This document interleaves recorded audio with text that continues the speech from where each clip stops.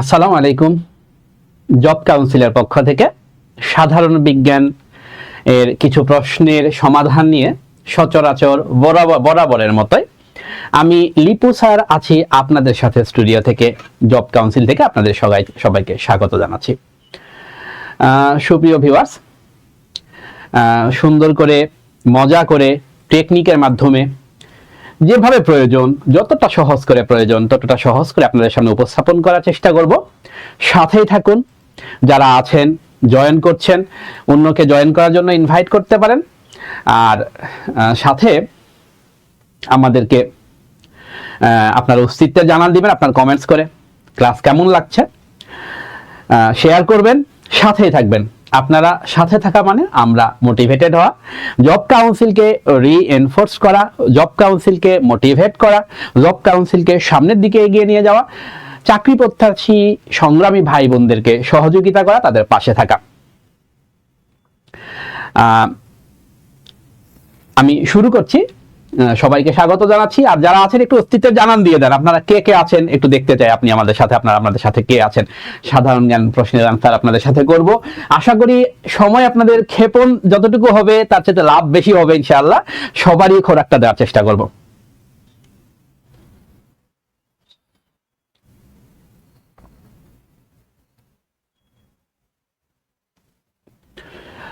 বিসমিল্লাহির রহমানির রহিম। আমাদের প্রথম প্রশ্নটা যেটা এখানে আসছে, ইউরিয়া সার উদ্ভিদ থেকে কি খাদ্য উপাদান গ্রহণ করে? এটা বায়োলজি বা রিলেটেড, বোটানি রিলেটেড কিছু প্রশ্ন। তারপর আমরা ফিজিক্স রিলেটেড কিছু প্রশ্নের সমাধান করব। টিপস, টেকনিক, মোটিভেশন সবকিছু তো আছেই, সাথেই থাকুন। ইউরিয়া সার উদ্ভিদ থেকে কি ধরনের খাদ্য উপাদান গ্রহণ করে? আসলে ইউরিয়া সার থেকে আমরা সাধারণত উদ্ভিদের পুষ্টি উপাদান। Sohel Rana from Bogura district. আরে বাবা, আমার কাছাকাছি। ধন্যবাদ, সাথেই থাকুন, শুনুন। ইউরিয়া সার যেটা আমরা সবচাইতে বেশি জমিতে ব্যবহার করি, আর উদ্ভিদের পুষ্টি উপাদানগুলো নিয়ে আমরা আলোচনা করব। পুষ্টি উপাদান উদ্ভিদের যেগুলো আছে, nitrogen, phosphorus, potassium, sulphur, calcium, magnesium. এই উদ্ভিদের পুষ্টি উপাদান জিঙ্ক, বোরন, দস্তা, কপার, এই পুষ্টি উপাদানগুলোর মধ্যে সবচেয়ে বেশি উদ্ভিদ যেটা ব্যবহার হয় সেটা ইউরিয়া। সবচাইতে বেশি ব্যবহার ইউরিয়া। হ্যাঁ, উত্তর চলে আসছে, অনেকে দিচ্ছেন ইউরিয়া ব্যবহার হয়। আর ইউরিয়া কেন সবচেয়ে বেশি আমরা ব্যবহার করি জমিতে একটু জেনে রাখুন। ইউরিয়া সবচেয়ে বেশি আমরা ব্যবহার করি নাইট্রোজেনের জন্য। আর এই নাইট্রোজেনটা হচ্ছে ভোলাটাইল, অর্থাৎ সহজেই জমিতে সে রিসিভ করে থাকে না। যেমন পটাশিয়াম, সালফার, ফসফরাস, এগুলা জমিতে থাকলে জমিতে পড়ে থাকে এবং দীর্ঘদিন যাবত এরা থাকে। কিন্তু নাইট্রোজেন এমন একটা উপাদান যেটা উড়ে চলে যায়, অর্থাৎ ভোলাটাইল সাবস্ট্যান্স, উড়ে চলে যায়। যার জন্য কিছু নাইট্রোজেন, অতিরিক্ত নাইট্রোজেন ব্যবহার করলে, অতিরিক্ত ইউরিয়া ব্যবহার করলে সেটা জমিতে থাকে না।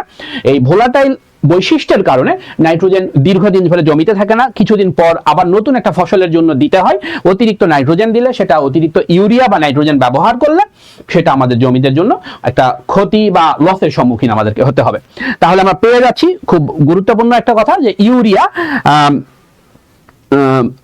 যেটা ডাইয়ামাইড মিথেন যেটা, সেটা হচ্ছে এই ইউরিয়া সারটা প্রচুর পরিমাণে ব্যবহার হয়। এটাতে নাইট্রোজেনের জন্য আমরা ব্যবহার করে থাকি। মোহাম্মদ মীর জালাল সুমন, আসসালামু আলাইকুম স্যার। ওয়ালাইকুম আসসালাম স্যার, আপনাকে মিস করছি। বনি আমিন, আসসালামু আলাইকুম। ওয়ালাইকুম আসসালাম। আপনারা সাথেই থাকুন। উত্তর সোহেল রানা দিয়েছে বি, নাইট্রোজেন। আমরা একটু পরে যাবো যে ইউরিয়াতে কি আছে, ইউরিয়াতে কেন ব্যবহার করি। মূলত নাইট্রোজেনের জন্য আমরা ইউরিয়া সবচেয়ে বেশি ব্যবহার করি। ইউরিয়াতে মূল উপাদানটাই হচ্ছে নাইট্রোজেন, এছাড়া অন্য কোনো উপাদান ওভাবে ব্যবহার ইউরিয়া থেকে আমরা পাই না। তাহলে উত্তর হচ্ছে ইউরিয়া থেকে নাইট্রোজেন পাচ্ছি। উদ্ভিদের মেইন পুষ্টি উপাদানগুলোর মধ্যে এক নম্বরে সবচেয়ে বেশি যেটা জমিতে ব্যবহার হয় সেটাকে নাইট্রোজেন বলে। এইটা সবচেয়ে বেশি ব্যবহার হয়, এইটা আমরা ইউরিয়া থেকে পেয়ে থাকি। আমরা একটু পরে যাব। হ্যাঁ, জমির লবণাক্ততা নিয়ন্ত্রণ করে কোনটা? সেকেন্ড প্রশ্ন। রাসেল কবির সাথে আছেন, ধন্যবাদ ভাই। রুহিনা তাসনিম এমডি ফাত্তা ইনভাইট করেছেন, ধন্যবাদ, আপনাকে কৃতজ্ঞতা জানাচ্ছি। আচ্ছা, পরের প্রশ্ন, জমির লবণাক্ততা নিয়ন্ত্রণ করে কোন জিনিসটা? বনিয়ামিন খ, পানি সেচ। আচ্ছা, শাহরিয়া হৃদয় লুৎফর। আচ্ছা, জমির লবণাক্ততা, অর্থাৎ জমিতে যদি লবণের পরিমাণটা বেশি হয়, আমরা জানি আমাদের দক্ষিণাঞ্চল খুলনা বরিশাল এই রিজিয়নের মাটিগুলো জমিগুলো বেশি দিন দিন লবণ হয়ে যাচ্ছে, এদের লবণাক্ততা দিন দিন বেড়ে যাচ্ছে। এই দিন দিন লবণাক্ততা বেড়ে যাওয়ার কারণে আমাদের ফসল ফলাতে সেখানে সমস্যা হচ্ছে।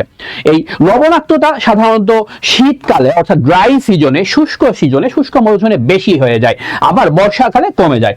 এর এই শুষ্ক মৌসুমে যে বেশি হয়, শুষ্ক মৌসুমে এটা হয় কি নিচের লবণগুলো আরো উপরে অন্য পানিগুলো, যে জলীয় বাষ্পগুলো উড়ে চলে যায় জমির থেকে, মাটি থেকে পানিগুলো উড়ে চলে যায়, এই পানি উড়ে চলে যাওয়ার জন্য পানিগুলো উড়ে চলে যায় আর লবণগুলোকে নিচে রেখে চলে যায়, যার জন্য লবণের ভাগটা মাটিতে বেড়ে যায়। এই লবণটাকে দূর করার জন্য আমাদের খুব গুরুত্বপূর্ণ যে টেকনিক, যে টেকনোলজি, সেটার নামই হচ্ছে পানি সেচ।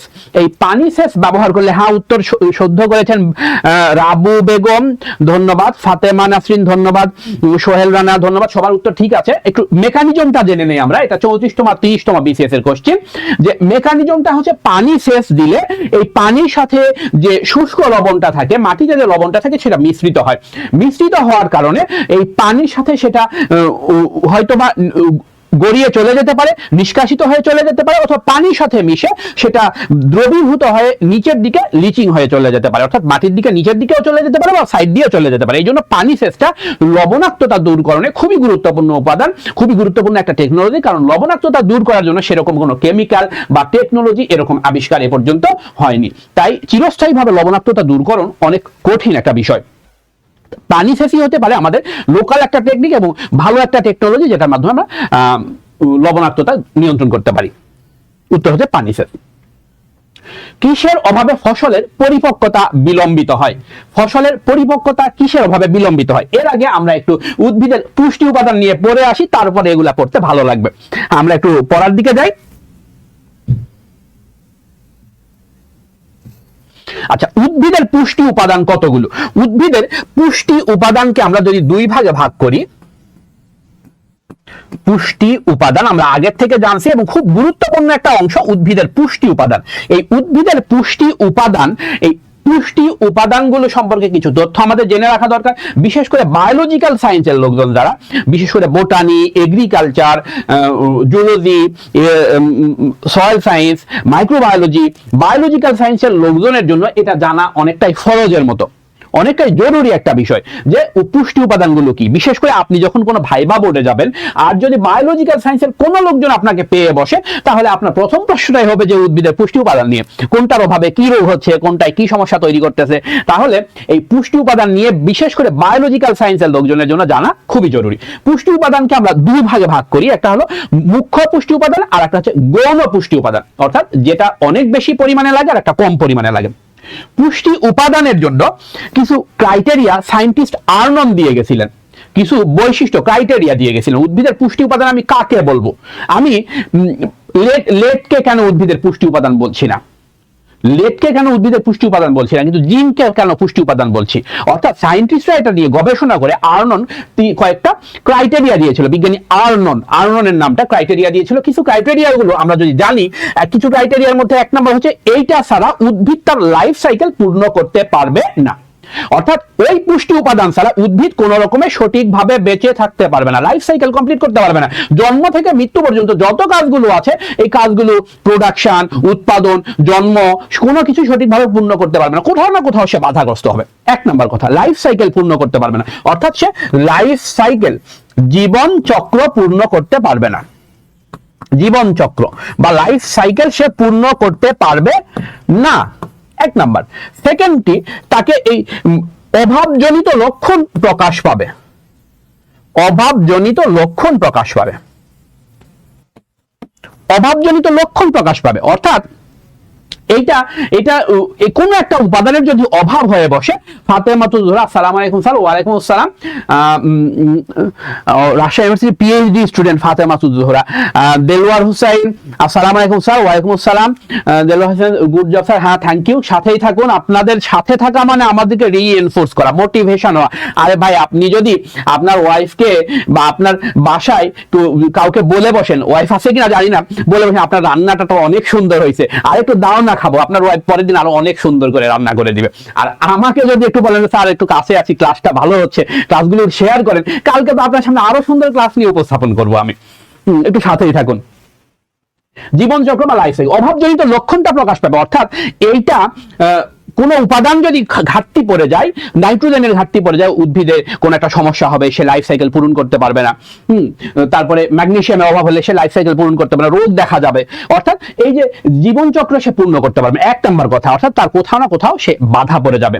আর অভাবজনিত লক্ষণ সে দেখো হয়তো কোথাও সে পাতা হলুদ হয়ে যাচ্ছে, গাছটা বেটে হয়ে যাচ্ছে, গাছটা অল্পতেই মরে যাচ্ছে, ফল ঝরে পড়ছে, এই সমস্যাগুলো হতে পারে। তা আর্নন এই পুষ্টি উপাদানের ক্রাইটেরিয়া দিয়েছিল। এই ক্রাইটেরিয়া থেকে আমরা তারপরে এই ক্রাইটেরিয়া অনুযায়ী আমরা পুষ্টি উপাদানকে 16টা পুষ্টি উপাদান সিলেকশন করা হয়েছে। 16টা পুষ্টি উপাদান উদ্ভিদের জন্য সিলেকশন করা হয়েছে। এই 16টা পুষ্টি উপাদানের কোনোটা একটার অভাব হলে উদ্ভিদ তার লাইফ সাইকেল পূর্ণ করতে পারবে না। উদ্ভিদ তার লাইফ সাইকেল পূর্ণ করতে পারবে না। 16 বলবেন 16 কলা, 16 কলাই পূর্ণ, তাহলে উদ্ভিদ পুষ্টি উপাদান 16 কলা বলবেন। আমরা বলবো আমার জীবনটা 16 কলাই পূর্ণ হয়ে গেছে। 16 কলা, কয়টা কলা? 16 কলা, 16 কলাই পূর্ণ হয়ে গেছে। হ্যাঁ, উদ্ভিদের পুষ্টি উপাদান 16 কলা। এই 16টাই আবার দুইটা ভাগে ভাগ করা হয়েছে, একটা ম্যাক্রো বা মেজর বা মুখ্য পুষ্টি উপাদান, আর একটা হলো মাইক্রো বা গৌণ পুষ্টি উপাদান। নাম দেখেই বুঝতে পারতেছেন যেগুলা উদ্ভিদের প্রচুর পরিমাণে লাগে, সেগুলাকে ম্যাক্রো বলবো, এরা হচ্ছে 9টি। আর যেগুলো হচ্ছে অল্প পরিমাণে লাগে লাইফে, সেগুলো হচ্ছে 6টি। যেগুলো প্রচুর পরিমাণে লাগে এগুলো হচ্ছে 9টি আর 6টি, এগুলো মুখস্থ করতে হবে। সরি, 9টি আর 7টি, 9টি আর 7টি না, 10টি আর 6টি, সরি, এখন 10টি 6টি হয়েছে। এটা আগে 9টা ইয়ে ছিল, এক সময় কোনো বইতে উল্লেখ ছিল, তো এখন মোটামুটি 6টি, সরি, 10টি আর 6টি। এটা আগে কখনো 9টা 6টা ছিল, 9টা 7টা কোনো বইতে উল্লেখ ছিল, এখন মোটামুটি এটা ছিল 10 আর 6। ফজলুকে চাচ্ছি আমরা, মির্জা মোহাম্মদ চঞ্চল, হ্যাঁ ফজলুকে আমরা চাচ্ছি ভাই, ফজলুকে একটু থাকতে বলেন আমাদের সাথে, আমাদের কাজে লাগবে। অলরাউন্ডার লিপু স্যার, আরে ভাই আমি তো অলরাউন্ডার হলে তো কাজই ছিল। হ্যাঁ, হওয়ার চেষ্টা করছি, যদি হতে পারি।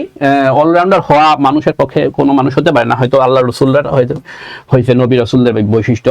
আচ্ছা, ম্যাক্রো বা মুখ্য পুষ্টি উপাদান 10টি, মাইক্রো বা গৌণ পুষ্টি উপাদান 6টি। যদি 10টি 6টি না পান তখন 9টা 7টা উত্তর করবেন, কিন্তু এখন 10টি 6টি স্বীকৃত।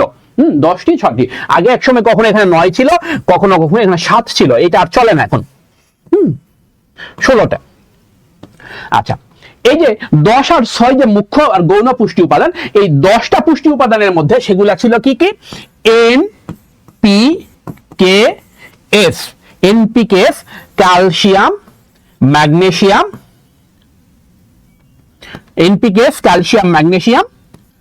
কার্বন, অক্সিজেন, হাইড্রোজেন,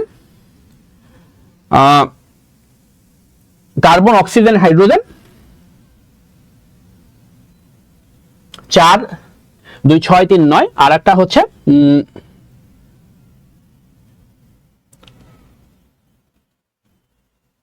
আচ্ছা, এটা দেই, এটা হচ্ছে boron, aluminium, copper, boron, molybdenum, manganese, দস্তা বা জিঙ্ক,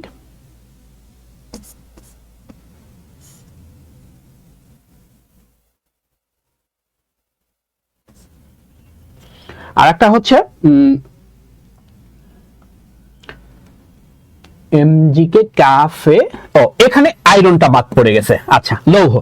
তাহলে 10টা NPK, calcium, magnesium, COH, carbon, oxygen, hydrogen. আচ্ছা দেখেন, COH এইভাবে লিখছি, আর এটা হচ্ছে কপার, বোরন, ম্যাঙ্গানিজ, অ্যালুমিনিয়াম, আর হচ্ছে আর একটা হচ্ছে ক্লোরিন।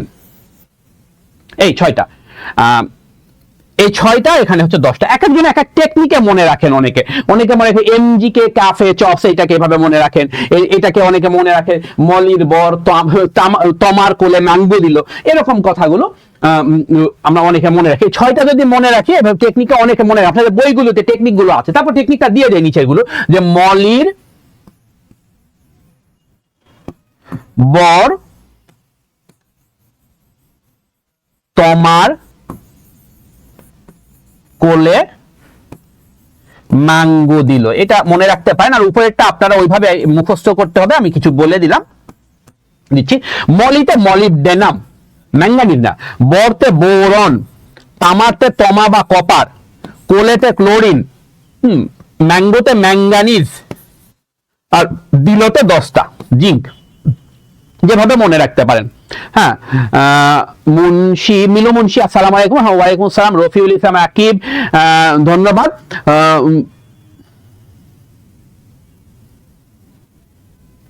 ফাতেমাতুজ জোহরা, আপনার আমার সবই ক্লাস নাকি করছে সে? আচ্ছা, আমার সবই ক্লাস করছেন কিভাবে বুঝি না তো। আচ্ছা, মলির বর তমার কোলে ম্যাঙ্গো দিল। মলিতে মলিবডেনাম, বরতে বোরন, তামাতে বা তমা বা কপার, কোলেতে ক্লোরিন, ম্যাঙ্গোতে ম্যাঙ্গানিজ, দিলতে জিঙ্ক বা দস্তা। এই 6টা হচ্ছে গৌণ পুষ্টি উপাদান, এগুলা পরিমাণে কম লাগে।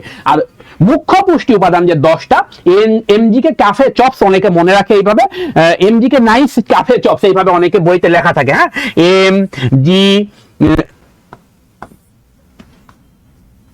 কে কাফে নাইফ চপস। হ্যাঁ, এমজিকে কাফে নাইফ চপস এইভাবে বিভিন্ন বইতে লেখা থাকে।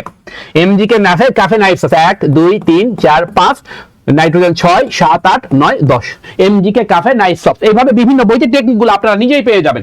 আর এটা মলির বর তমার কোলে ম্যাঙ্গো দিলে ভাবে মনে রাখতে পারেন। এখন আমি বিশেষ দিকে যাচ্ছি, পড়ার দিকে। এটা অনেক বইতে আপনারা পাবেন যে এই উপাদানগুলো নিয়ে কথাবার্তা।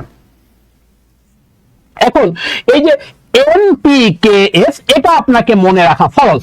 কখনো কখনো বলে মুখ্য পুষ্টি উপাদানের আবার মেজর মুখ্য পুষ্টি উপাদান কি কি?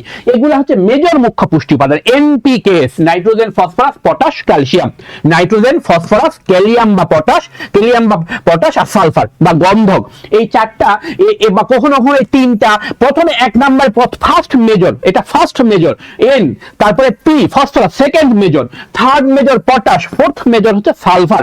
অর্থাৎ উদ্ভিদের জন্য সবচেয়ে বেশি লাগে নাইট্রোজেন, সেকেন্ড পজিশনে ফসফরাস, থার্ড পজিশনে পটাশ, ফোর্থ পজিশনে সালফার। যেভাবে উত্তর করতে যদি বলে ফার্স্ট মেজর ম্যাক্রোনিউট্রিয়েন্ট কোনটা, ফার্স্ট মেজর নিউট্রিয়েন্ট হচ্ছে নাইট্রোজেন, সেকেন্ড মেজর নিউট্রিয়েন্ট হচ্ছে ফসফরাস, থার্ড মেজর নিউট্রিয়েন্ট হচ্ছে ক্যালিয়াম আর ক্যালিয়াম বা পটাশ।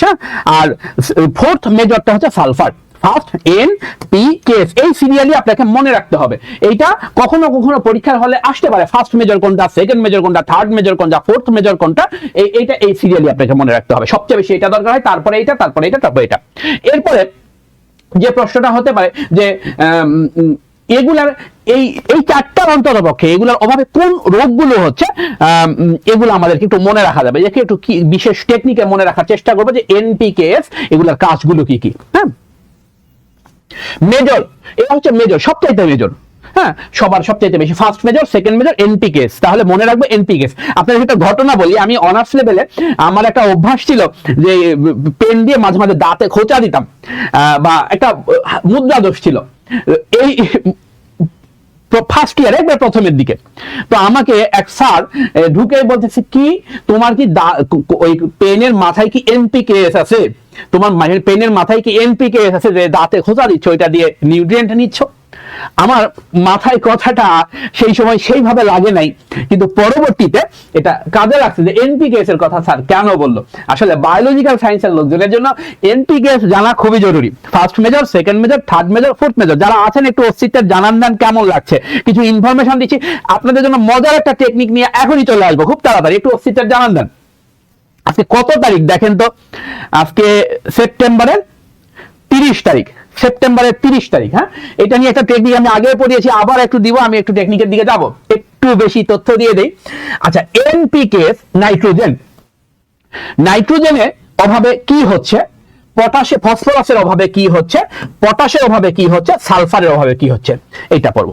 আচ্ছা, আজকে সেপ্টেম্বরের 30 তারিখ, অর্থাৎ সেপ্টেম্বর মাস। এটা এই সেপ্টেম্বর মাসে আমরা একটা টেকনিক পড়েছিলাম, দেখেন তো মনে রাখা যায় কিনা। সুন্দর টেকনিকটা একটু জাস্ট আমরা একটু রিভিউ করে নিচ্ছি। এ মাসেতেই দিন রাত সমান হয়, এরকম আমরা পড়েছিলাম। যারা আছেন তাদের জন্য একটা গিফট থাকছে এই কথাটা। এ মাসেতেই দিন রাত সমান হয় না, এর আগে পড়ছিলাম তাই না? এতে আমরা পড়েছিলাম কি 21, মাতে পড়েছিলাম মার্চ, হেতে পড়েছিলাম সেপ্টেম্বর, আর 23-তে পড়েছিলাম 23, মানে কয়েকদিন আগে 23 তারিখ চলে গেছে। তাহলে এটাতে আমরা ইজিলি মনে রাখতে পারি 21শে মার্চ আর সেপ্টেম্বরের 23 দিন রাত সমান হয়, অর্থাৎ এই মাসেই দুদিন পরেই শেষ, কালকের দিন, কালকে থেকে আমার অগাস্ট মাস শুরু হয়ে যাচ্ছে, এতে অক্টোবর মাস শুরু হয়ে যাচ্ছে। নেটওয়ার্ক প্রবলেম করছে, হ্যাঁ করতে পারে। এই মাসেতেই দিন রাত সমান হয়, এটা আপনাদের জন্য গিফট থাকলো আজকে, এটা যদিও আগে পড়িয়েছি। এই মাসেতেই দিন রাত সমান হয়, মনে রাখার জন্য খুব সহজ টেকনিক, এই মাসেতেই দিন রাত সমান হয়, অর্থাৎ এই সেপ্টেম্বর মাসে দিন রাত সমান হচ্ছে। মনে রাখবো কি, এতে 21শে মাতে মার্চ, 21শে মার্চ, আর সেতে সেপ্টেম্বর, 23-তে 23, সেপ্টেম্বরের 23, এই বছরের 2 দিন দিন রাত সমান হয়, আমরা পড়েছিলাম আগে। আমরা আবার পরে ফিরে যাচ্ছি। কারা কারা আছেন একটু জানাবেন। আচ্ছা, নাইট্রোজেনের অভাবে কি কাজ হচ্ছে, নাইট্রোজেনের অভাবে কি ক্ষতিটা হচ্ছে উদ্ভিদের এত বেশি প্রয়োজন যে নাইট্রোজেনের অভাবে কি ঘটনাটা ঘটছে? নাইট্রোজেনের অভাবে উদ্ভিদের যেটা হয় সেটাকে বলে ক্লোরোসিস। রোগটার নাম মনে রাখবেন, ক্লোরোসিস, অর্থাৎ ক্লোরোফিল তৈরি হয় না, উদ্ভিদের সবুজ পাতাগুলো হলুদ হয়ে যায়, এই ধরনের ঘটনা, উদ্ভিদের পাতাগুলো হলুদ হয়ে যাচ্ছে, ক্লোরোসিস ঘটতেছে, পাতা হলুদ হচ্ছে, উদ্ভিদের পাতাগুলো হলুদ হচ্ছে, উদ্ভিদ লাইফ সাইকেল পূর্ণ করতে পারবে না, উদ্ভিদের বৃদ্ধি কমে যাবে। হ্যাঁ, মেইন কথা হচ্ছে ক্লোরোসিস ঘটবে। ক্লোরোসিস কি? পাতা, উদ্ভিদের পাতাগুলো হলুদ হয়ে যাবে। আপনি আপনার এলাকায় কোনো গাছের পাতা দেখবেন হলুদ হয়ে যাচ্ছে, গাছের বয়স্ক পাতাগুলো আগে হলুদ হবে, তারপর আস্তে আস্তে কচি পাতাগুলো হলুদ হবে। এই যে গাছের পাতাগুলো হলুদ হচ্ছে, একসময় পুরা গাছের পাতা হলুদ হবে। নিগার সুলতান, আসসালামু আলাইকুম। সালাম, ওয়ালাইকুম আসসালাম, হ্যাঁ ধন্যবাদ। তাহলে গাছের পাতা হলুদ হচ্ছে, এই ঘটনাটাকে ঘটতেছে, গাছ সবুজ কিছু উৎপন্ন করতে পারছে না, ক্লোরোসিস ঘটতেছে, ক্লোরোফিল উৎপন্ন করতে পারছে না, হ্যাঁ, যার জন্য হলুদ হয়ে যাচ্ছে গাছটা। এই ঘটনাটাকে বলে ক্লোরোসিস। তাহলে ক্লোরোসিস উদ্ভিদের একটা রোগ যেটা নাইট্রোজেনের অভাবে হয়ে থাকে। ক্লোরোসিস উদ্ভিদের একটা রোগ যেটা নাইট্রোজেনের অভাবে হয়ে থাকে। এই রোগটা দেখা গেলে উদ্ভিদের পাতা যদি হলুদ হওয়া শুরু করে, তাহলে আমরা বুঝবো সেখানে ক্লোরোসিস হচ্ছে, এখানে নাইট্রোজেন দিতে হবে, অর্থাৎ ইউরিয়া সার দিতে হবে। আচ্ছা, পিতে ফসফরাস, ফসফরাস, পিতে ফসফরাস। আচ্ছা, ফসফরাস মানে হচ্ছে second most important element for plant, second most phosphorus. আচ্ছা, ফসফরাসের অভাবে কি হচ্ছে? ফসফরাসের অভাবে মনে রাখবো, গাছের পাতা ফসফরাস হচ্ছে ফস করে পড়ে যাচ্ছে, ফস করে পাতা পড়ে যাচ্ছে, পাতা ঝরে যাচ্ছে, ফুল ফল পাতা ঝরে, ফস করে ঝরে। মনে রাখবেন, ফসফরাসে ফস করে পড়ে যায়। বগুড়া ভাষা, বগুড়া লোকজন কয় ফস করে পড়ে যায়, ফস করে, ফস ফস করে পড়তেছে। এই ফস শব্দটা ফসফরাসের ফস, অর্থাৎ ফস করে ঝরে পড়ছে, অর্থাৎ ফস করে ঝরে পড়া ফসফরাসের কাজ, ফস করে ঝরে পড়া ফসফরাসের কাজ। আর ফসফরে ঝরে হচ্ছে বেগুনি কালার দিচ্ছে, বেগুনি, ভায়োলেট হচ্ছে গাছ, বেগুনি হয়ে যাচ্ছে, ভায়োলেট, বেগুনি হয়ে যাচ্ছে। আর এটা একটা ক্লোরোসিস তৈরি হচ্ছে, হ্যাঁ, সি, আর বেগুনি হয়ে যাচ্ছে, ভায়োলেট হয়ে যাচ্ছে। আর একটা কি? ফস করে পড়ে যাচ্ছে, ফস করে ঝরে পড়ে, ফস করে ঝরে। তাহলে উদ্ভিদের ঝরে পড়ার যখন সাধারণত কিছু আসবে, জহুরা খাতুন, আসসালামু আলাইকুম। ওয়ালাইকুম সালাম। উদ্ভিদের ঝরে পড়া যখন কিছু আসবে তখন ফস করে ঝরবে, অর্থাৎ ফসফরাসে যাবে, ফসফরাসের আবার ঝরে পড়বে। নেক্সট মনে রাখবো, পটাশ, পটাশ, পটাশ পটপট করে পুড়ে যাবে, পটাশ পটপট করে পুড়ে যাবে, পটাশ পটপট করে পুড়ে যাবে। কোনো কিছু পড়ার সময় পুটপট শব্দ হয় না, তাহলে এখানে পোড়া, পোড়া, পোড়া, পোড়া, পোড়া অঞ্চল সৃষ্টি হবে, পোড়া অঞ্চল, পোড়া অঞ্চল বা মৃত অঞ্চল সৃষ্টি হবে, মৃত অঞ্চল, মৃত অঞ্চল, উদ্ভিদের মৃত অঞ্চল, উদ্ভিদের পাতায় পোড়া অঞ্চল সৃষ্টি হবে বা মৃত অঞ্চল সৃষ্টি হবে। পটাশের অভাবে পুড়ে যাবে, পটপট, পটাশের পুড়ে যাওয়ার পর পটাশ পটপট করে পুড়ে যাবে, পটাশ পটপট করে পুড়ে যাবে। ফসফরাসে ফস করে ঝরে পড়বে, এই যে ফসফরাসে ফস করে ঝরে পড়বে, পটাশে পটপট করে পুড়ে যাবে। হ্যাঁ, নাইট্রোজেনে ক্লোরোসিস হবে, নাইট্রোজেনে হলুদ হয়ে যাবে, খুব গুরুত্বপূর্ণ। হ্যাঁ, এবার সালফার, সালফারে কি হচ্ছে মনে রাখবো, আমাকে মনে রাখতে হবে ভাই, আমাকে মনে রাখতে হবে। দেখেন, প্রতিকূল পরিবেশে আলু কিন্তু নরম হয়ে যায়, প্রতিকূল পরিবেশে আলু নরম হয়ে যায়, ডিম প্রতিকূল পরিবেশে শক্ত হয়ে যায়, আবার চা বা কফি প্রতিকূল পরিবেশে ছড়িয়ে পড়ে।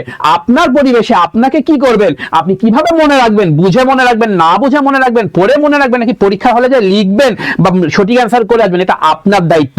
আপনি কিভাবে মনে রাখবেন? হয়তো কখন আপনাকে আলুর মতো প্রতিকূল পরিবেশে গরম পানির মধ্যে আলু নরম হচ্ছে, আপনাকে নরম হতে হবে, কখনো ডিমটা শক্ত হচ্ছে, আপনাকে শক্ত হতে হবে, কখনো ছড়িয়ে যেতে হবে, চা কফির মতো ছড়িয়ে যেতে হবে। তো লাইফ আপনার, ডিসিশনও আপনার, কেরিয়ার আপনার, ডিসিশন আপনার, আপনি যেভাবে মনে রাখবেন। তাহলে কি নাইট্রোজেনের কারণে কি হচ্ছে, ক্লোরোসিস হচ্ছে, অর্থাৎ নাইট্রোজেনের কারণে যেটা হচ্ছে সেটা হচ্ছে ক্লোরোসিস হচ্ছে, হলুদ হয়ে যাচ্ছে। ফসফরাসের ভাবে ঝরে পড়ছে, ফসফস করে ঝরে পড়ছে, ফস করে ঝরে পড়ছে, বেগুনি অঞ্চল হচ্ছে। পটাশের ভাবে কি পোড়া অঞ্চল বা মৃত অঞ্চল সৃষ্টি হচ্ছে, পোড়া অঞ্চল, পোড়া, পটাশের সাথে পোড়া, ফসফরাসের কাছে ঝরা, ফসফরাসে ঝরা, পটাশের সাথে পোড়া। আচ্ছা, সালফার, সালফারের অভাবে কি হচ্ছে, বা গন্ধক। আচ্ছা, সালফারের অভাবে মনে রাখবো সোল, বগুড়ার সোল, আর বগুড়ার ফস, সব বগুড়ার শব্দ আসতেছে আজকে। কে জানি আমাদের বগুড়া ছিলেন আজকে আমাদের সাথে, একটু জানান দেন না ভাই, সোল শব্দটা আপনারা ব্যবহার করেন না, বগুড়ার সোল, আমরা বগুড়ার সোল ফস করে পড়ি। হ্যাঁ, কে জানি আসেন না? নাদিয়া সুলতানা, আসসালামু আলাইকুম। ওয়ালাইকুম আসসালাম। কে জানি আমাদের সাথে বগুড়া ছিলেন, বগুড়া থেকে ছিলেন ভাই, নামটা মনে রাখতে পারছি না।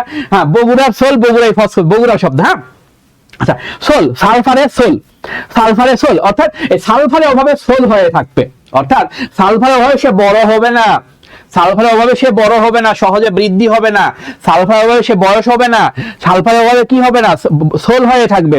সালফারের অভাবে সোল, অর্থাৎ কচি পাতায় সে তার হলুদ হওয়া, কচি পাতা হলুদ হওয়া শুরু করবে, কচি পাতা পুড়ে যাওয়া শুরু করবে, কচি পাতা ঝরে পড়া শুরু করবে, সোল হয়ে থাকবে। কচি পাতায় আগে মৃত অঞ্চল সৃষ্টি হবে, কচি পাতায় শুরু হবে, লক্ষণটা কচি, সোল, সোল, কচি পাতায়, কচি পাতায় ফুল ফল ঝরে পড়বে অল্প বয়সে, অর্থাৎ কচি পাতায় এই সালফারের অভাবে সোল হয়ে থাকবে, কচি পাতায় রোগ সৃষ্টি হবে, কচি পাতায় রোগ সৃষ্টি হবে।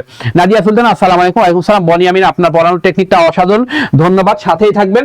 কচি পাতা অর্থাৎ সোল, সালফারের অভাবে সোল হয়ে থাকবে, কচি পাতা হয়ে থাকবে, সালফারের অভাবে সোল হয়ে থাকবে, অর্থাৎ কচি পাতা হয়ে থাকবে বলছি, অর্থাৎ অল্প বয়সে গাছপালা মরে যাওয়া শুরু করবে। এখানে একটা রোগ সৃষ্টি হবে, রোগটার নাম হলো ডাইব্যাক, ডাইব্যাক, অর্থাৎ ডাইব্যাক, অর্থাৎ পিছন দিক থেকে মরা শুরু করবে, মরা শুরু করবে পিছন দিক থেকে, অর্থাৎ ছোট ছোট ছোলগুলো আগে মরবে, নতুন পাতাগুলো আগে মরবে, নতুন পাতা অর্থাৎ সোল পাতা যেগুলা, অল্প বয়স্ক পাতা যেগুলা, গাছ সোল পাতা যেগুলা, এই অল্প বয়স্ক পাতাগুলো ডাই হওয়া শুরু করবে, মরা শুরু করবে, তারপরে বুড়া পাতাগুলো মরবে। সচরাচর নিয়মকে বুড়া পাতাগুলা, বয়স্ক পাতাগুলো আগে মরে, কিন্তু সালফারের অভাবে কচি পাতাগুলো আগে মরবে, সোল পাতাগুলো আগে মরবে। তাহলে মনে রাখবেন যে সালফারের কারণে সোল হয়ে থাকবে, সে সোল পাতায় আক্রমণ হবে বেশি, সোলগুলাই আগে মরবে, সহজে সে বড় হতে চাবে না, সোলগুলো বয়স্ক হতে চাবে না, হতে দিবে না। যদি দেখেন কোথাও গাছে পাতায় হলুদ হওয়া শুরু করছে, সেগুলা নতুন নতুন পাতাগুলো হলুদ হচ্ছে, আগে কচি কচি পাতাগুলো হলুদ হচ্ছে, বয়স্ক পাতাগুলো না, তাহলে বুঝে নেবেন যে এটা ডাইব্যাক রোগ সালফারের অভাবে হচ্ছে, ডাইব্যাক রোগ সালফারের অভাবে হচ্ছে। আর যদি দেখেন যে বয়স্ক পাতাগুলো আগে হলুদ, তাহলে আপনি ন্যাক্রোসিসের দিকে চলে যেতে, ক্লোরোসিসের দিকে চলে যেতে পারেন, ক্লোরোসিস, নাইট্রোজেনের অভাবের দিকে চলে যেতে পারেন। পাতাগুলো পোড়া অঞ্চল সৃষ্টি হচ্ছে, পোড়া পোড়া লাগতেছে, মৃত অঞ্চল সৃষ্টি হচ্ছে, তাহলে পটপট করে পড়ে পটাশিয়াম। আর যদি দেখেন পাতাগুলো ঝরে পড়ছে, ফুল ফল ঝরে পড়ছে, বেগুনি রং সৃষ্টি হয়ে যাচ্ছে, তখন বুঝবো ফসফরাস বা বেগুনি রঙের সমস্যা, ফসফরাসের প্রবলেম। তাহলে আমরা মোটামুটি জেনে নিয়েছি এনপিকেএস। এখন আমরা কিছু আনসার করতে পারবো, কিছু আমাদের মধ্যে রিসোর্স তৈরি হলো, এই রিসোর্স গুলো দিয়ে আমরা এখন অ্যান্সারের দিকে যাব। আচ্ছা, আমরা এখন অ্যান্সারের দিকে যাব। তাহলে যদি একটু মনে যদি রাখেন আপনারা, এনপিকেএস অর্থাৎ এখানে ক্লোরোসিস, হলুদ হচ্ছে, এনপিকেএস, ক্লোরোসিস, সুইটি রাই সুইটি লেট হয়ে যাচ্ছে, বুঝলাম না কি লেট হয়ে যাচ্ছে, ক্লিয়ার হচ্ছে হলাম না, আপনি যদি ক্লিয়ার করতেন। আচ্ছা, এটা হচ্ছে ক্লোরোসিস, হচ্ছে ফস করে ঝরে পড়ছে, বেগুনি হচ্ছে, বেগুনি হচ্ছে, বেগুনি, এটা এখানে বেগুনি হচ্ছে, এটা হচ্ছে পটাশের অভাবে পটপট করে পোড়া অঞ্চল সৃষ্টি হচ্ছে, ডাই অঞ্চল, মৃত অঞ্চল সৃষ্টি হচ্ছে, মৃত অঞ্চল সৃষ্টি হচ্ছে, এটা ডাইব্যাক হচ্ছে। হ্যাঁ, এনপিকেএস। আচ্ছা, আমরা একটু প্রশ্নের দিকে চলে যাই। ফসফরাসের পরিপক্কতা, কিসের অভাবে ফসফরাসের পরিপক্কতা বিলম্বিত হয়, অর্থাৎ সহজে পাকে না, সোল হয়ে থাকে, সে সোল হয়ে থাকে। উত্তর করেন, দেখেন কি হচ্ছে, পরিপক্কতা বিলম্বিত হয়, সহজে পাকে না, সে বাচ্চা হয়েই থাকে, সোল হয়ে থাকে, সহজে পাকে না, অল্প বয়স হয়ে থাকে। কার উত্তর, একটু উত্তরের দিকে আসেন। কিসের অভাবে পরিপক্কতা বিলম্বিত হচ্ছে, অর্থাৎ সোল হয়ে থাকবে কে, কিসের অভাবে, সে সহজে বয়স্ক হবে না, বুড়া হবে না, সোল হয়ে থাকবে। একটু উত্তর করেন, কে আছেন সাথে, কিসের অভাবে ফসলের পরিপক্কতা বিলম্বিত হচ্ছে? একটু আগে বলেছি কোনো কিছু ছোট হয়ে থাকবে, সে অল্প বয়স্ক হয়ে থাকবে, অর্থাৎ সে ছোট হয়ে থাকবে, অর্থাৎ উত্তর হচ্ছে আমাদের 10টা, না সালফার, না নাইট্রোজেন, না পটাশিয়াম, উত্তর হচ্ছে সালফার। সালফারের অভাবে সাধারণত ফসলের পরিপক্কতা বিলম্বিত হয়ে যায়। উদ্ভিদের পাতা হলদে হয়ে যায় কিসের অভাবে? উত্তর করেন। ও আচ্ছা, সুইটি দেরি করে ফেলেছেন। আচ্ছা, দেরি করে ফেললেও সমস্যা নেই, আমাদের সামনে আরো সুন্দর আছে, পরে ভাই ভিডিও দেখে দিবেন, লেকচার দেখে দিবেন, আমাদের আরো লেকচার আছে। হ্যাঁ, ফাতেমাতুজ জোহরা আছে, জোহরা খাতুন, সালফার, হ্যাঁ উত্তর সঠিক করেছেন আগেরটা, ধন্যবাদ। সালফার। এবারে উত্তর করেন, উদ্ভিদের পাতা হলুদ হচ্ছে কিসের অভাবে? অর্থাৎ ক্লোরোসিস হচ্ছে কিসের অভাবে? হলুদ হয়ে যাওয়া, ক্লোরোসিস হওয়া, সহজ কথায়। নাইট্রোজেনের, ফসফরাসের, ইউরিয়ার নাকি পটাশিয়াম, কোনটার অভাবে?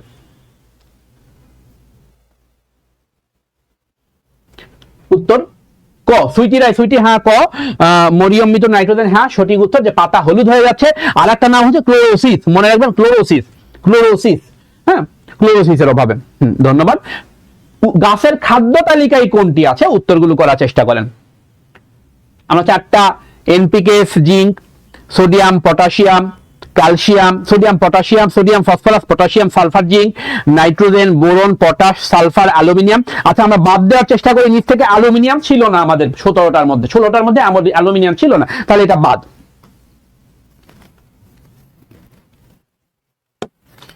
এটা ছিল না, বাদ। এখানেও অ্যালুমিনিয়াম, বাদ। এখানে এই যে সোডিয়ামটা ছিল না আমাদের মধ্যে, উদ্ভিদের পুষ্টি উপাদানের ক্ষেত্রে সোডিয়ামটা ছিল না, বাদ। তাহলে উত্তর এনপিকেএস আর জিঙ্ক। এনপিকেএস হচ্ছে প্রথম চারটার মধ্যেই পড়ছে, আর জিঙ্ক তো আছে ওই ইয়েতে।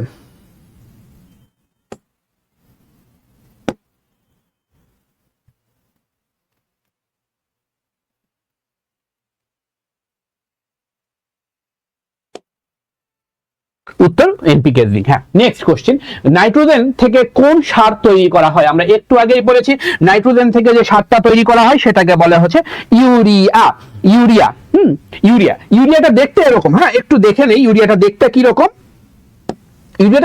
রকম। CONH2, ইউরিয়ার সংকেত, হ্যাঁ ডাইআমাইড, আমাইড মিথেন, হ্যাঁ CO, হ্যাঁ এই টাইপের। এটা মনে রাখবেন যে এটা পটাশে, ইউরিয়াটা এরকম, ইউরিয়া কার্বন, অক্সিজেন, নাইট্রোজেন, দুইটা হাইড্রোজেন আছে। এই আবার এই আমিন যেটা, আমাইড যেটা, ডাইআমাইড, এটা আবার দুইটা। এটা একটু মনে রাখতে চেষ্টা করবেন, একটু লিখেও রাখতে পারেন। CONH2, এটা হচ্ছে আমাদের ইউরিয়ার সংকেত।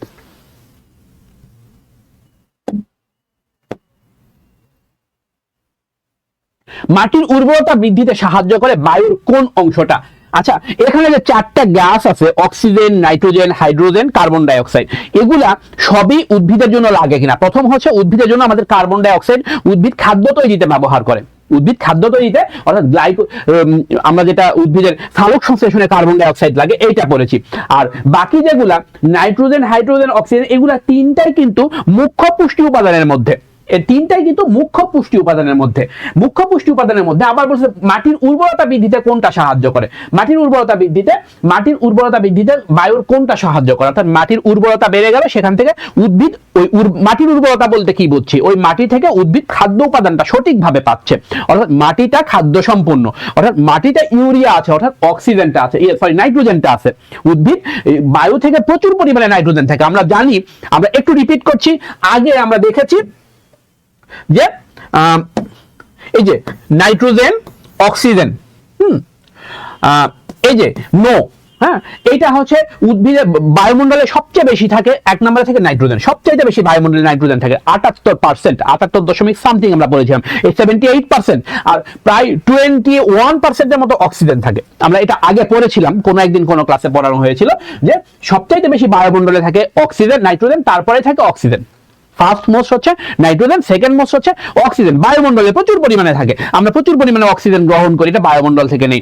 উদ্ভিদ যদি অক্সিজেনটা পায় সেটা বায়ুমণ্ডল থেকে ব্যবহার করতে পারে। হ্যাঁ, 78.02, মরিয়ম মিতু, থ্যাংক ইউ। নিগার সুলতানা উত্তর দিয়েছেন 78.02, হ্যাঁ 78%। আর এটা হচ্ছে 20 পয়েন্ট সামথিং বা 21 এর কাছাকাছি, এরকম 20 বা 21 এর কাছাকাছি অক্সিজেন থাকে। এটা সবচাইতে বেশি। ফার্স্ট মোস্ট হচ্ছে নাইট্রোজেন, সেকেন্ড মোস্ট হচ্ছে অক্সিজেন। তাহলে এগুলা আমরা উদ্ভিদের যে পুষ্টি উপাদানগুলো ছিল, এই পুষ্টি উপাদানের মধ্যে নাইট্রোজেন ছিল, অক্সিজেন ছিল, হ্যাঁ কার্বন ছিল, হাইড্রোজেন ছিল। এই জিনিসগুলা উদ্ভিদ কোথা থেকে নেয়? এই জিনিসগুলা উদ্ভিদ সবসময় মানে এই অক্সিজেন, কার্বন, হাইড্রোজেন এগুলো বাতাস থেকে নেয় সবসময়, আর নাইট্রোজেনটা নিচ্ছে হচ্ছে উদ্ভিদ বায়ুমণ্ডল থেকেও নিতে পারে, এটা আবার হচ্ছে মানে মাটিতে আসে মিশতে হবে সেটা ব্যাকটেরিয়ার মাধ্যমে আসুক বা ফার্টিলাইজার ইউরিয়া দেওয়ার মাধ্যমে আসুক। হ্যাঁ নিগার সুলতানা থ্যাংক ইউ। হ্যাঁ 20.71 এক্সাক্টটা বলেছেন, অক্সিজেন থাকে 20.71%।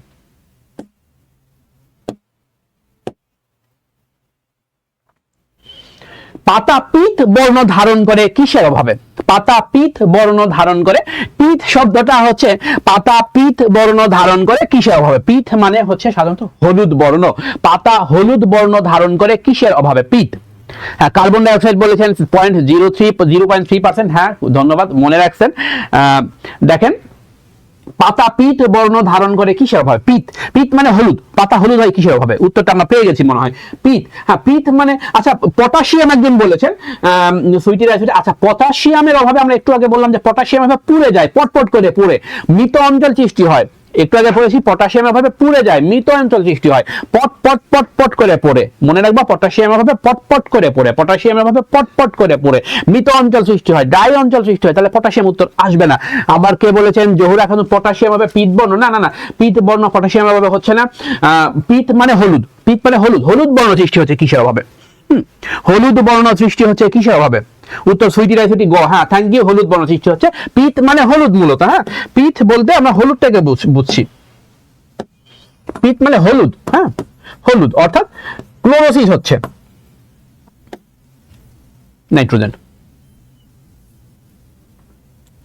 নেক্সট কোশ্চেন, কোন খনিজ লবণের অভাবে গাছের পাতা এবং ফুল ঝরে পড়ে? আনসার আপনাদের কাছ থেকে চাচ্ছি। ঝরে পড়ে, প্রশ্ন আসছে ঝরে পড়ে, বগুড়ার লোকজন ঝরে পড়ে। কোন খনিজ লবণের অভাবে গাছের পাতা ও ফুল ঝরে পড়ে? ঝরে পড়া আসছে, কেমন করে ঝরে পড়ে? ফস করে ঝরে পড়ে। ফস করে ঝরে পড়া শব্দ কি? ফস করে ঝরে পড়া। মরার শব্দ কি? পটপট করে মরা, পটপট করে পোড়া, পোড়ার শব্দ পটপট করা, ঝরার পরে। এই তো সুইটি উত্তর দিয়েছেন। হ্যাঁ ফস করে ঝরে পড়া তো ফসফরাস, ফসফরাস থ্যাংক ইউ। ঝরে পড়ে, ফুল পাতা ঝরে পড়বে, ফস করে ঝরে পড়বে, ফসফরাস। নিগার সুলতানা ফসফরাস, সুইটি। হ্যাঁ উত্তর চলে আসছে মরিয়ম মিতু ফসফরাস। বুঝে ফেলছেন, ঝরে পড়লে ফসফরাস, পুড়ে গেলে বা পটপট করলে পটাশ, হলুদ হলে নাইট্রোজেন, সোল হয়ে থাকবে সালফার। সোল হয়ে থাকলে সালফার তো ছল, ছোট বাচ্চা হয়ে থাকবে, অল্প হয়ে থাকবে, সে সহজে বয়স্ক হবে না। তাহলে এগুলো হচ্ছে মনে রাখার জন্য। পাতার রং বেগুনি ধারণ করে, একটু আগে পরে আসছি, এটা কোনো টেকনিকের মধ্যে ছিল না। বেগুনি হচ্ছে, আচ্ছা হলুদ হচ্ছে নাইট্রোজেনের অভাবে, সালফারের অভাবে পুরা অঞ্চল হচ্ছে, তাহলে বেগুনি হচ্ছে না। পটাশের অভাবে পুরা অঞ্চল, বেগুনি হচ্ছে না। তাহলে হলুদের পরে বেগুনি মনে রাখবেন। বেগুনি হচ্ছে ফসফরাসের অভাবে, ফসফরাস। হ্যাঁ উত্তর চলে আসছে। হ্যাঁ ফসফরাস, বেগুনিও হবে ঝরেও পড়বে, একই দুইটা একসাথে, বেগুনি আর ঝরে পড়া। বেগুন হয়ে বেগুন ঝরে পড়ে, মনে রাখতে পারবেন। হ্যাঁ বেগুন ঝরে পড়ে, ফসফরাসের অভাবে বেগুন ঝরে পড়ে, বেগুনি ফসফরাস। উত্তর পাচ্ছি ফসফরাস। ফাতেমাতুজ জোহরা কোনোটাই নয়, না ফসফরাস হবে, ফসফরাস হবে ঝরে পড়ে। Rabu Begum thank you. ঝরে পড়ে, ফসফরাসের হবে ঝরে পড়বে এবং ফসফরাস হবে বেগুনি রং তৈরি হবে। হ্যাঁ ভায়োলেট হবে, ফসফরাস হবে ভায়োলেট হবে, বেগুনি রং তৈরি হবে। একটু আগে আমি পড়ে আসছি ফসফরাসের জন্য এটা। আচ্ছা একটু মনে রাখার টেকনিকটা বলে দিই, আপনারা যদি মনে রাখতে চান। একটা টেকনিক, নিনজা একটা টেকনিক বলে। টেকনিকটা হচ্ছে এই যে NPKS কে যদি মনে রাখতে কষ্ট হচ্ছে CVDB না, NPKS কে CVDB না। হ্যাঁ এন তে হচ্ছে নাইট্রোজেন, সি তে হচ্ছে ক্লোরোসিস হচ্ছে। এন তে নাইট্রোজেন, সি তে ক্লোরোসিস হচ্ছে। পি তে ফসফরাস, ফস করে ধরে পড়তেছে, ভি তে ভায়োলেট হচ্ছে, ফসফরাস ভি তে ভায়োলেট হচ্ছে। কে তে পটাশ, পটাশ হচ্ছে পটপট করে পড়তেছে। ডি তে ডাই, মৃত অঞ্চল সৃষ্টি হচ্ছে, ডাই অঞ্চল, ডাই মৃত অঞ্চল, ডাই অঞ্চল সৃষ্টি হচ্ছে। আর এনপিকে সালফার তে সোল হয়ে থাকতেছে। বি তে হচ্ছে ব্যাক অঞ্চল, ব্যাক থেকে পিছন থেকে ডাই ব্যাক। এই ডিবি তে ডাই ব্যাক মনে রাখবেন, ডিবি তে die back, B A C K শুধু ডাই পটাশ আর ডাই ব্যাক হলো সালফার। ফসফরাসের কারণে ভি তে ভায়োলেট আর এন এর কারণে ক্লোরোসিস বা হলুদ, এভাবে মনে রাখতে পারেন। হ্যাঁ সিবিডিবি এভাবে মনে রাখতে পারেন, সিবিডিবি। আচ্ছা ফসফরাসের ভাবে যদি মনে রাখতে চান। আচ্ছা নিচের কোন পুষ্টি উপাদানটি উদ্ভিদ মাটি থেকে পেয়ে থাকে? আমরা একটু আগে দেখেছি মাটি থেকে কোনটা, মাটি থেকে উদ্ভিদ কোনটা পেয়ে থাকে? কার্বন পেয়ে থাকে মাটি থেকে। না, কার্বন কোথা থেকে পেয়ে থাকে? মাটি থেকে কার্বন পায়? মাটি থেকে সালফার পায়? মাটি থেকে হাইড্রোজেন পাই, মাটি থেকে অক্সিজেন পাই। আচ্ছা, এই তিনটাই কার্বন, হাইড্রোজেন, অক্সিজেন, এগুলা তিনটাই পাচ্ছে আমরা উদ্ভিদ সাধারণত বায়ুমণ্ডল থেকে পেয়ে থাকে। বায়ুমণ্ডল থেকে কার্বন পেয়ে থাকে, বায়ুমণ্ডল থেকে হাইড্রোজেন পেয়ে থাকে, বায়ুমণ্ডল থেকে অক্সিজেন পেয়ে থাকে। এগুলোর জন্য আমরা কোনো সার ব্যবহার করি না, এগুলা প্রচুর পরিমাণে বায়ুমণ্ডল থেকে উদ্ভিদ রিসিভ করে, এই জন্য সার ব্যবহার করি না। তাহলে উত্তর হচ্ছে সালফার মাটি থেকে পেয়ে থাকে। সালফার আমরা সার ব্যবহার করি, সেই সার থেকে সার মাটিতে দেই, সেই মাটি থেকে মাটিতে সারটা মিশে যায়, মিশার পরে উদ্ভিদ সেখান থেকে গ্রহণ করে। অথবা মাটিতেও সালফার সলিউবিলাইজিং ব্যাকটেরিয়া সেখানে সালফারকে সলিউলাইজ করে, সালফারে যোগান দিয়ে থাকে, সেটা সালফার পেয়ে যেতে পারে। উদ্ভিদের বৃদ্ধি সবচেয়ে বেশি কোথায় হয়? কাণ্ডের অগ্রভাগে, পাতায়, মূলের অগ্রভাগে, নাকি মূল ও কাণ্ডের অগ্রভাগে? মূল ও কাণ্ডের অগ্রভাগে। উদ্ভিদের বৃদ্ধি কোথায় হচ্ছে? কাণ্ডের অগ্রভাগে, পাতায়, মূলের অগ্রভাগে? মূল এবং কাণ্ডের অগ্রভাগে কোথায় বৃদ্ধি হচ্ছে? দেখেন, পাতায় বৃদ্ধি হইতে হইতে একসময় আর হয় না, কিন্তু কাণ্ডের অগ্রভাগ এবং মূলের অগ্রভাগে দীর্ঘদিন ধরে বৃদ্ধি হওয়া চলে। হ্যাঁ, কাণ্ডের অগ্রভাগে উদ্ভিদের মূল বৃদ্ধিটা হয়, মূলের দিকেও বৃদ্ধিটা হয়। মূল রোমের সাহায্যে গ্রহণ করে, হ্যাঁ ঠিক বলেছেন, মূল রোমের সাহায্যে উদ্ভিদ সেগুলা গ্রহণ করে। মরিয়ম্মিত উত্তর ঘ। হ্যাঁ, এটা একটা কমন প্রশ্ন, কয়েকবার আসছে আগে, যে মূল এবং কাণ্ডের অগ্রভাগেই বৃদ্ধিটা, অর্থাৎ কাণ্ডের দিকেও বেশি বাড়ে, মূলের দিকে উদ্ভিদ বেশি বাড়ে। আপনাদের জন্য খবর হচ্ছে, একটা সুখবর বলতে পারেন, এটিও, হ্যাঁ, এনটিআরসি-এ শিক্ষক নিবন্ধন 10ম থেকে 20তম গ্রেডের ব্যাচে আমাদের জব কাউন্সিলের ভর্তি চলছে। আমাদের এই ব্যাচে ভর্তি যে চলছে, এই ব্যাচে আপনাদের জন্য উপহার রয়েছে 100টা ক্লাস, যার মধ্যে 25টা বাংলার ক্লাস পাবেন, 25টা ইংলিশের ক্লাস পাবেন,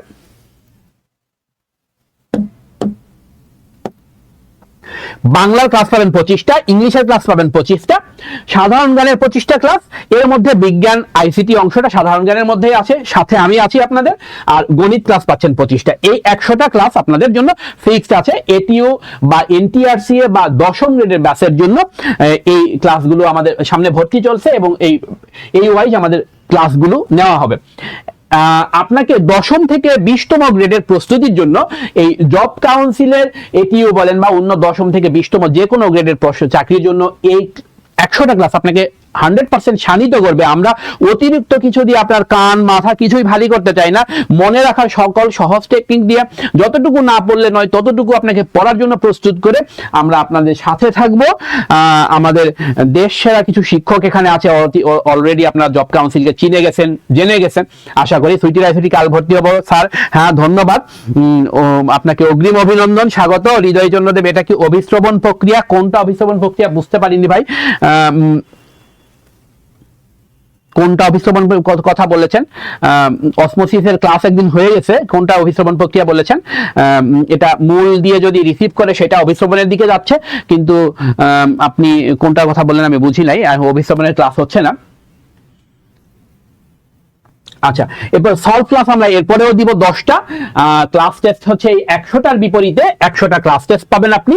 100টার বিপরীতে সাবজেক্ট ওয়াইজ 12টা টেস্ট পাবেন, বাংলা, ইংরেজি, সাধারণ প্রত্যেকটা সাবজেক্ট আলাদা আলাদা আমরা সাবজেক্ট ওয়াইজ 12টা টেস্ট পাবেন। মডেল টেস্ট টোটাল 100 মার্কসের পরীক্ষার মতো করে, পিএসসি পরীক্ষা নেক বা অন্য দপ্তর পরীক্ষা নেক, সেগুলো পরীক্ষার মতো করে 10টা মডেল টেস্ট পাবেন। সলভ ক্লাস আমরা আপনাকে 10টা দিব। এছাড়াও যদি প্রয়োজন অনুযায়ী প্রয়োজন হয় আপনাকে অন্য কোনো সার্ভিস দেওয়ার জন্য, যে আপনার স্পেশালি আপনি আমাদের গ্রুপে নক করবেন, পেজে নক করবেন, বা আমাদেরকে জানাবেন, আমরা আপনার প্রবলেম সলভ করার জন্য যে কোনো মুহূর্তে প্রস্তুত আছি। আমরা আপনাদেরকে সময় দিয়ে আশা করি সমস্যা সমাধান করার চেষ্টা করব। আমি বারবারই জব কাউন্সিলে এসে এই কথাটা আপনাদেরকে বলি যে আমরা আমাদের কথার সাথে 100% প্রতিশ্রুতিশীল, আমরা কথার কে দলিলের মতোই মনে করি। আজ মুসলিম একজন প্রকৃত মানুষ বা আদর্শ মানুষ হিসেবে থাকতে গেলে তার কথার অবশ্যই একটা দাম থাকবে। আমরা কথাকে আমাদের কাছে অনেক একটা আমানত মনে করি, যে কথা আমি আজকে বলেছি যে 100টা ক্লাস দিব, হ্যাঁ আমি আপনাকে 99টা ক্লাস দিয়ে আপনাকে প্রতারিত করতে চাই না, বা 100 নম্বরের ক্লাসটা 90টা ক্লাসের পরে বা 50টা ক্লাসের পরে আপনাকে হজবরল ক্লাস দিয়ে বা গুণগত ক্লাস না দিয়ে আপনাকে প্রতারিত করতে চাই না। আমরা প্রতিশ্রুতিবদ্ধ যে সর্বোচ্চ মানের ক্লাস আপনাকে দিয়ে আমরা এই সার্ভিসটা দিতে চাই। সাথে থাকবেন, একটু শেয়ার করবেন। আর ইনফরমেশনটা হচ্ছে আমাদের কোর্স ফিটাকে সাধারণত বাজারের কোর্স ফির সাথে মিলায় 4,000 টাকা ধরা হয়েছে, এখন একটা স্পেশাল সালে 2,000 টাকায় ভর্তি চলছে। আরো একটা বিষয় হচ্ছে যে আগামী আর একদিন একটা আমাদের একটা সার্চ চলছে ফ্রি ক্লাসের পরে, আর একদিন আগামীকালের মধ্যে যদি কেউ ভর্তি হন তাহলে এই 2,000 টাকার জায়গায় আমরা আরো 500 টাকা ছাড় দিয়ে 1500 টাকায় ভর্তি নিচ্ছি। আর এই জন্য বিকাশ বা নগদ নাম্বার দেওয়া আছে, হোয়াটসঅ্যাপ নাম্বার দেওয়া আছে, আপনারা এখানে কল করবেন বা জানার চেষ্টা করবেন, ভর্তি হওয়ার জন্য যোগাযোগ করতে পারেন।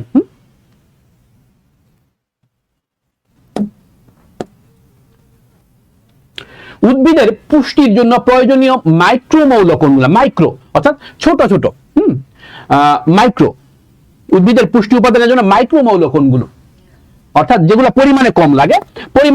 আমরা পড়েছিলাম মলির বর তমার কোলে ম্যাঙ্গো দিল, 6টা পড়েছিলাম। মলির বর তমার কোলে ম্যাঙ্গো, এক সপ্তাহে কয়টা ক্লাস হবে, কয়টা থেকে শুরু হবে? হ্যাঁ, পরিপূর্ণ রুটিন আপনাকে দেওয়া হবে।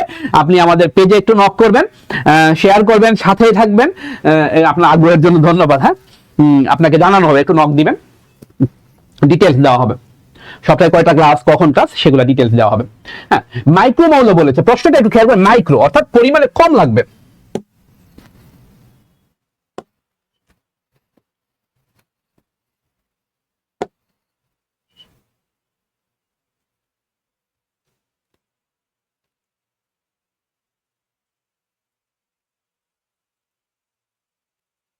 আচ্ছা, একটু অন্যদিকে চলে গেছিলাম, মিস্টেক হয়ে গেছিল।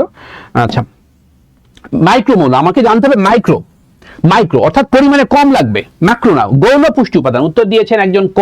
আচ্ছা, গৌণ পুষ্টি উপাদান আমরা মনে রাখার জন্য বলেছিলাম মলির বর তমার কোলে ম্যাঙ্গো দিল। হ্যাঁ, মলির বর মলিবডেনাম, বরতে বোরন, তমারতে তামা বা কপার, কোলেতে ক্লোরিন, ম্যাঙ্গোতে ম্যাঙ্গানিজ, দিলতে দস্তা বা জিঙ্ক। আচ্ছা, উত্তর চলে আসে, দেখেন উত্তর করেন কে আসছে। রাবু বেগম, মরিয়ম মিতু, সুইটি রাই, সুইটি খ বলেছেন মনে হয় আগেরটাতে। আচ্ছা,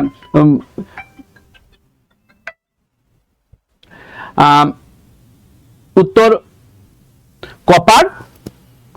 আচ্ছা, কপার, আয়রন, ম্যাঙ্গানিজ, এই আয়রনটা আমাদের এখানে মিলছে না। দ্বিতীয়তে অক্সিজেনটা মিলছে না। তৃতীয়তে অ্যালুমিনিয়াম, সিলিকন তো নাই, এগুলো তো নাই। আচ্ছা, চতুর্থতে সালফার, জিঙ্ক, ম্যাগনেসিয়াম। আচ্ছা, আমাদের একটু মিস্টেক হয়ে গেছে, সেটা হচ্ছে উত্তরটা এখানে কোশ্চিনটাতেই সম্ভবত ভুল ছিল। আমাদের উত্তরটা এখানে কোনোটাতেই মিলছে না। উত্তরটা এখানে এই দুটা মিলছে, উত্তরটা সম্ভবত ক দেওয়া আছে। আমাদের আয়রনটা হচ্ছে প্রথমে আছে, এটা একটা মিস্টেক আমাদের, দুঃখিত। হ্যাঁ, এটা এটা এটা এটা আয়রন হবে না, এটা সরি,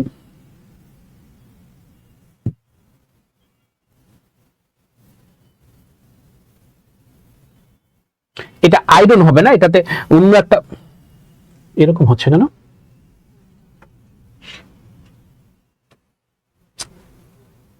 সেন্সর এরকম কাজ করছে কেন? আবারও একই ঝামেলা।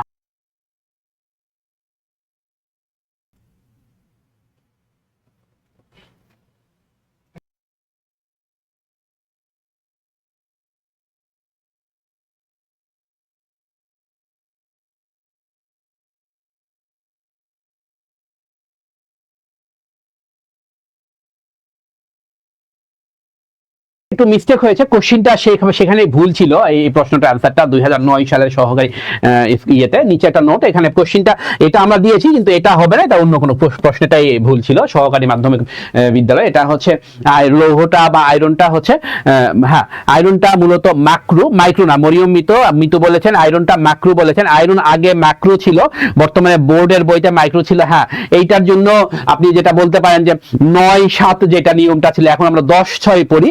এখন সেই হিসাবে এই আনসারটা। এত সুন্দর কথা কে বললো? মরিয়ম মিতু, হ্যাঁ, থ্যাংক ইউ, আপনাকে অসংখ্য ধন্যবাদ যে আপনি সেই 9-7 আমলের উত্তরটা দিতে পেরেছেন। এই 9-7, এখন আমরা 9-7 পড়ি না, এখন আমরা 10-6 পড়ি। হ্যাঁ, এখন আমরা 10-6 পড়ি, আয়রনটাকে এদিকে নিয়ে আসা হয়েছে। এটাকে ম্যাক্রোতে রূপান্তর করা হয়েছে, এখন মাইক্রোতে চলে গেছে। এটা মূলত আগের একটা ইয়ে ছিল, 10-6 আমলের কোশ্চিন ছিল, হ্যাঁ 9-7 এর আমলের কোশ্চিন ছিল। যখন 7টা ছিল তখন আয়রনটা এর মধ্যে ছিল, এখন 6টা হওয়াতে আয়রন চলে আসছে। এইটা, তবে এখন আয়রনটাকে আমরা মনে করবো এটা ম্যাক্রো বা মেজর।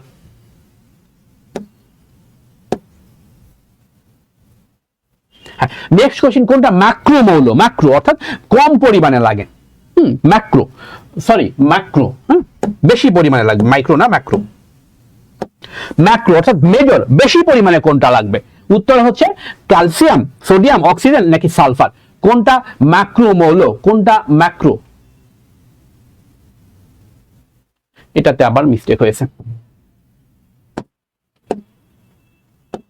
এটা একটু ঠিক করে নেই। এটা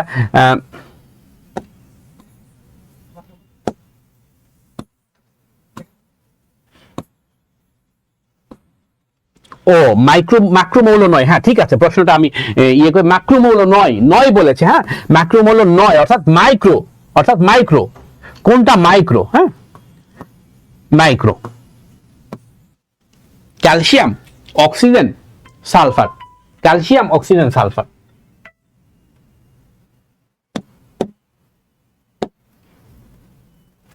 আচ্ছা, ক্যালসিয়াম, অক্সিজেন, সালফার, এখানে সোডিয়াম হয়েছে।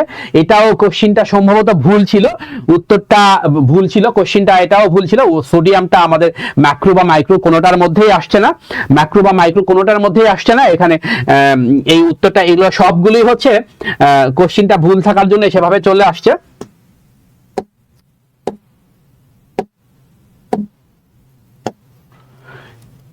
এটা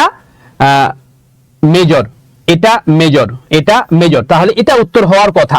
এখানে উত্তরটা সাজানো হয়েছে, কোশ্চিনটা ভুল ছিল, যার জন্য এই সরকারি মাধ্যমিক বিদ্যালয়ের কোশ্চিনে ভুল ছিল, যার জন্য সঠিক উত্তরটা এখানে নাই। এটা সোডিয়ামটা হচ্ছে না, উত্তর হবে মলির বর, তমার কোলে ম্যাঙ্গো দিলে এখান থেকে একটা আসবে, কোনোটা এখানে আসছে না।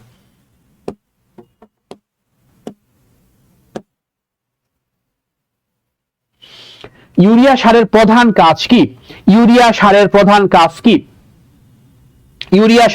কাজ কি? গাছকে সবুজ ও সতেজ করা। ইউরিয়া সারের প্রধান কাজ কি?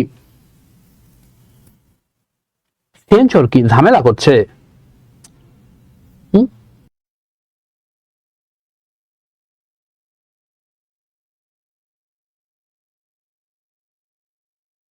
ইউরিয়া সারের প্রধান কাজ কি? হ্যাঁ যারা আছেন, দুঃখিত আমার ক্যারিগরি কিছু প্রবলেম হচ্ছে, টেকনিক্যাল কিছু প্রবলেমের কারণে। ইউরিয়া সারের প্রধান কাজ কি?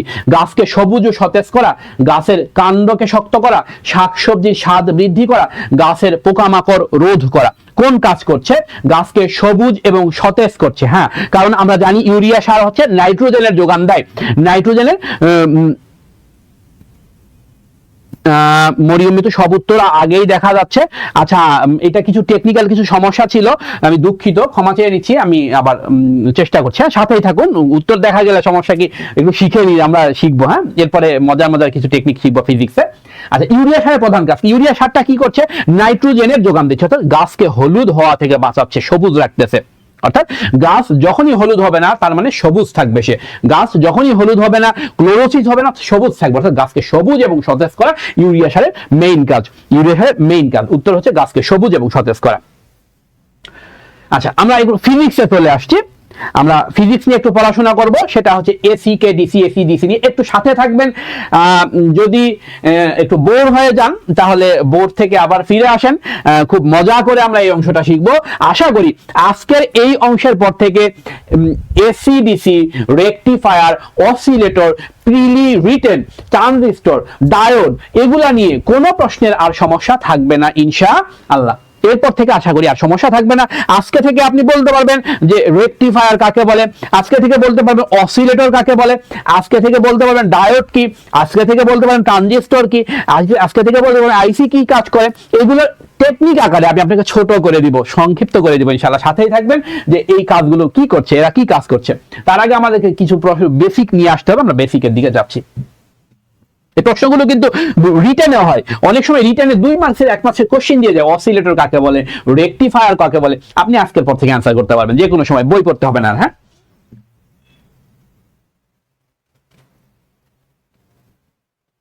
সেন্সর এত দ্রুত কাজ করছে কিভাবে?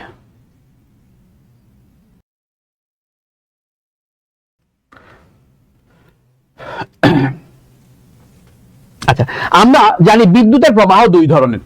বিদ্যুতের প্রবাহ দুই ধরনের, একটা হলো একমুখী প্রবাহ বা সমপ্রবাহ। বিদ্যুৎ প্রবাহিত হয় বিদ্যুৎ প্রবাহের দিক, বিদ্যুৎ প্রবাহের দিক, বিদ্যুৎ প্রবাহের দিক। একটা হচ্ছে একমুখী, একমুখী প্রবাহ, একমুখী বা সমপ্রবাহ বা ডিসি কারেন্ট, অর্থাৎ direct current, direct current, DC current. আর একটা হচ্ছে দিক পরিবর্তী প্রবাহ, দিক পরিবর্তী প্রবাহ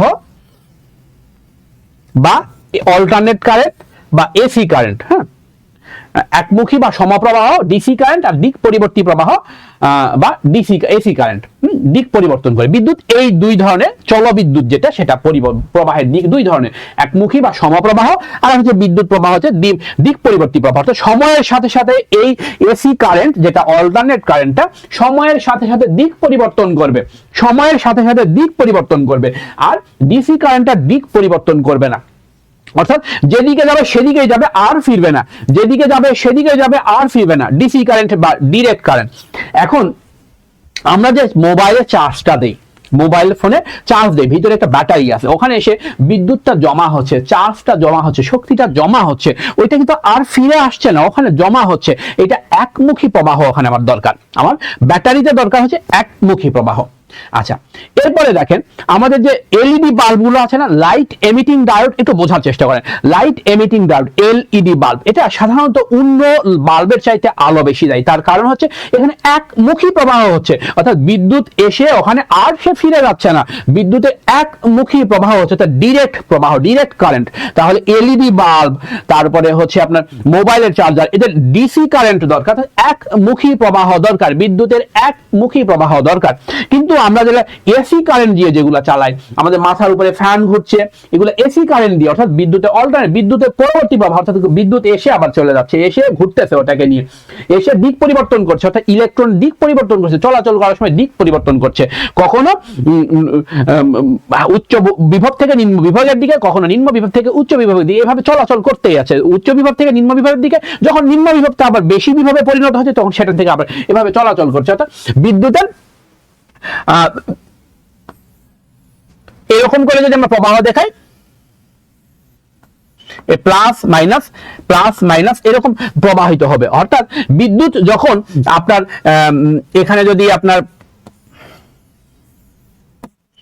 মাইনাস থাকে, প্লাস থাকে, অর্থাৎ বিদ্যুৎ কখনো এদিকে আসবে, এখানে যদি একটা ফ্যান থাকে, সিলিং ফ্যানটা, আবার সে এদিকে আসতেছে, আবার এখান থেকে আবার বিভবটা বেড়ে গেলে তখন আবার এদিক থেকে এদিকে যাচ্ছে, প্রবাহটা চেঞ্জ হচ্ছে। অর্থাৎ একটা প্রবাহ পরিবর্তনের মাধ্যমে চলছে আমাদের সিলিং ফ্যানগুলো, টেবিল ফ্যানগুলো, এই ফ্যানগুলো বা বৈদ্যুতিক বাল্বগুলো যেগুলো আমরা এসি কারেন্ট দিয়ে চালাই, বিদ্যুতের পরবর্তী প্রবাহ মানে দিক পরিবর্তী প্রবাহ বিদ্যুতের মাধ্যমে এগুলো চলছে। কিছু এসি কারেন্ট দিয়ে, আপনারা শব্দটার সাথে পরিচিত, আর কিছু ডিসি কারেন্ট দিয়ে।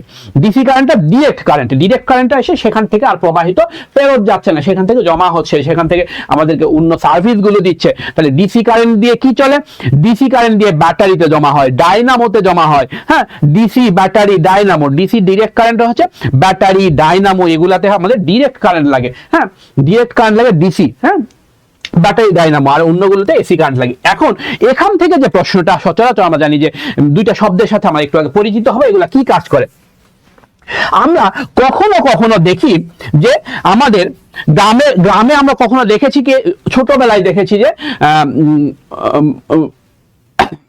ছোটবেলায় যেটা দেখেছি যে টেলিভিশন চালানোর জন্য গ্রাম এলাকায় আমরা টেলিভিশন চালানোর জন্য যখন বিদ্যুৎ ছিল না কোনো গ্রামের দিকে, তখন এক ধরনের ব্যাটারি ব্যবহার করতো, ওই চার্জ দিয়ে নিয়ে আসতো, সেই ব্যাটারি দিয়ে টেলিভিশন চালাতো।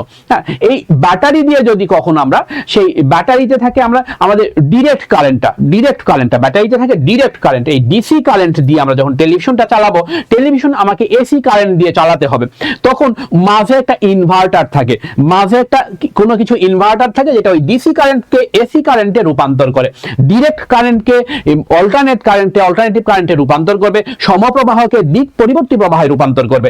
এই যে রূপান্তর করার জন্য যে যন্ত্রটা মাসে যে বিষয়টা যে যন্ত্রটা কাজ করে সেইটা যন্ত্রের নাম কি? তারপরে দেখেন মোবাইলের ভিতরে চার্জার থাকে, এই চার্জারে এই যে ব্যাটারিটা থাকে, এই ব্যাটারিতে আমার ডিরেক্ট কারেন্ট লাগবে। একটু আগে বলেছি যে ডিরেক্ট কারেন্টটা সমপ্রবাহ লাগবে হচ্ছে আমার ব্যাটারিতে। হ্যাঁ, এবার মনে রাখবেন যে ডিসি ব্যাডা, হ্যাঁ ডিসি ব্যাটা, ব্যাটারি ডাইনামো এগুলাতে ডিসি কারেন্ট লাগবে। হ্যাঁ, ডিসি ব্যাডা, হ্যাঁ ব্যাটারি আর ডাইনামো এগুলোতে ডিরেক্ট কারেন্ট লাগবে। এই ডিরেক্ট কারেন্ট আমার মোবাইল ফোনের চার্জারের মধ্যে ডিরেক্ট কারেন্ট লাগবে। কিন্তু আমি যে এখান থেকে চার্জ দিচ্ছি আমার এসি কারেন্ট থেকে, তাহলে ব্যাটারি চার্জারের মধ্যে এমন কিছু আছে যেটা ওই অল্টারনেট কারেন্টকে, ওই দিক পরিবর্তী কারেন্টকে, ওই এসি কারেন্টকে ডিসি কারেন্টে রূপান্তর করে এখানে জমা করছে। এসি কারেন্টকে ডিসি কারেন্টে রূপান্তর করে এখানে জমা করছে।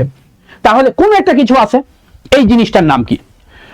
কোথাও কখনো দেখবেন কোন বিসিএস এর কোশ্চেনে বিজ্ঞানের অংশে প্রশ্ন দিয়ে দিয়েছে অসিলেটর কাকে বলে, কখনো প্রশ্ন দিয়েছে রেকটিফায়ার কাকে বলে, কখনো বলেছে ডায়োড কি, কখনো বলেছে ট্রানজিস্টর কি। এই প্রশ্নগুলোর উত্তর আমরা এখন সমাধান করবো এবং সারা জীবনে ভুলবো না ইনশাআল্লাহ। আচ্ছা, রেকটিফায়ার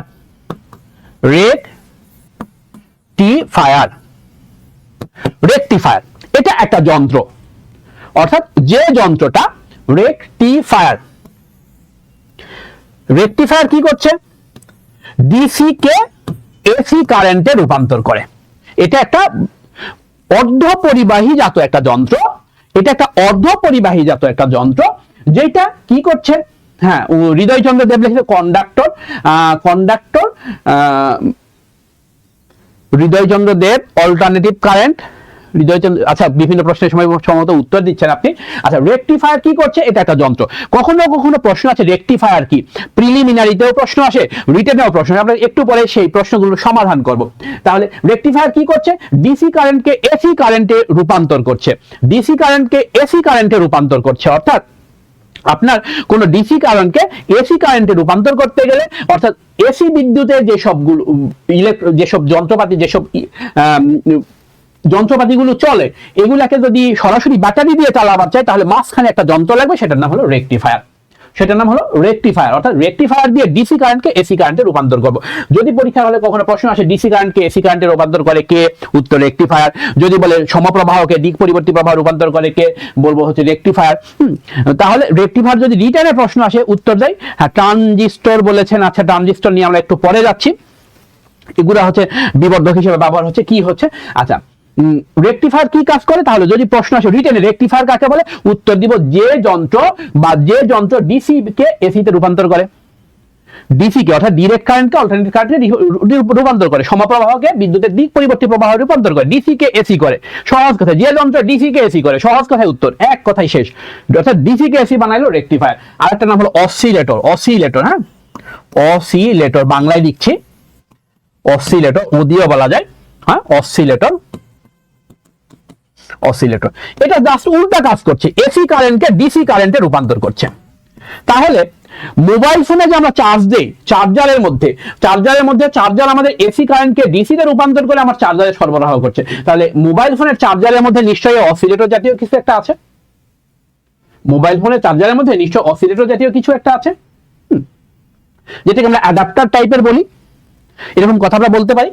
তাহলে অসিলেটর কি করছে? এসি কারেন্টকে ডিসি তে রূপান্তর করছে, আর ডিসি কে রূপান্তর করছে রেকটিফায়ার। তাহলে আজকে থেকে মনে রাখবো, যদি প্রশ্ন হয় অসিলেটর কাকে, কোন একটা বিসিএস এর রিটেনের কোশ্চেন ছিল অসিলেটর কাকে বলে, 2 মার্কস, একবার সহজ উত্তর দিয়ে দিতে পারি, যে যন্ত্র এসি কে ডিসি তে রূপান্তর করে তাকে অসিলেটর বলে। এসি কে এর চেয়ে বেশি কিছু লাগবে না। যদি উদাহরণ দিতে চান, হ্যাঁ দিতে পারবেন। অসিলেটর মোবাইল ফোনের চার্জারে ব্যবহৃত হতে পারে, চার্জারের মধ্যে থাকবে অসিলেটর।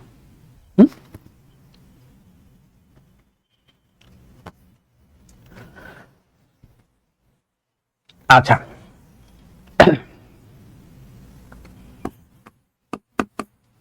ডায়োড, মানে দুইটা ওড, মানে ইলেকট্রোড থাকবে, দুইটা ইলেকট্রোড থাকবে, একটা পজিটিভ একটা নেগেটিভ, ক্যাথোড আর অ্যানোড। ডায়োড, এই ডায়োডটা কার মধ্যে থাকে? ডায়োডটা কি করছে? এই ডায়োড শব্দের সাথে পরিচিত হবো। এই ডায়োডটা এমন একটা বিষয়, এমন একটা যন্ত্র যেটাকে রেকটিফায়ার হিসেবে ব্যবহার করা হয়। দুইটা তড়িৎদ্বার ক্যাথোড এবং অ্যানোড দুইটা ব্যবহার করে, দুইটাকে সংযুক্ত করে একটা যন্ত্র তৈরি করা হয় যেটাকে ডায়োড বা রেকটিফায়ার বলবো। এটা তাহলে রেকটিফায়ারকে, ডায়োড একটা যন্ত্র যেটাকে রেকটিফায়ার হিসেবে ব্যবহার করা হয়, এই প্রশ্নগুলো আসে। হ্যাঁ, ডায়োড একটা যন্ত্র যেটাকে রেকটিফায়ার হিসেবে ব্যবহার করে। ট্রায়োড বা ট্রানজিস্টর, হ্যাঁ ট্রায়োড বা ট্রানজিস্টর, এখন এটা বলেন ট্রানজিস্টর, ট্রানজিস্টর, ট্রানজিস্টর এটা সাধারণত বিদ্যুতের প্রবাহটাকে বাড়ানোর জন্য বিবর্ধক হিসেবে ব্যবহার করা হচ্ছে। অর্থাৎ এটা এই ডায়োড বা ট্রায়োড এরা কি করছে, এটাকে রেকটিফায়ার হিসেবে ব্যবহার করব।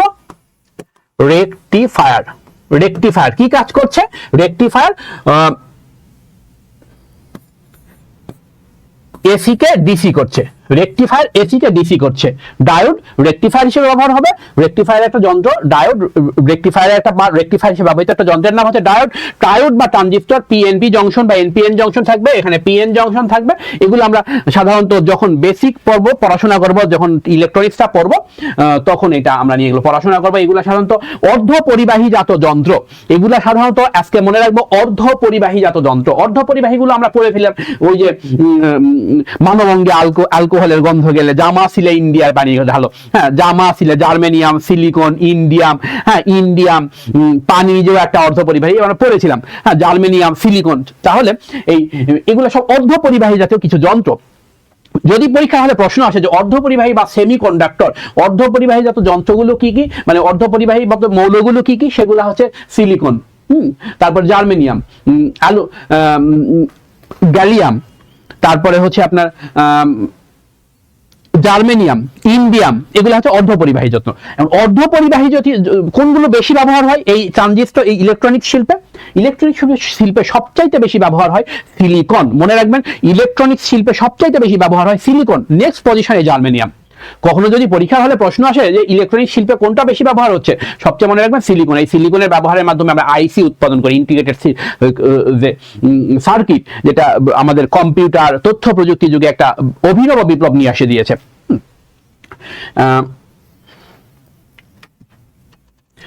এখন মনে রাখার যে টেকনিকটা আমি একটু বলি, দেখি মনে রাখতে পারি কিনা। আমরা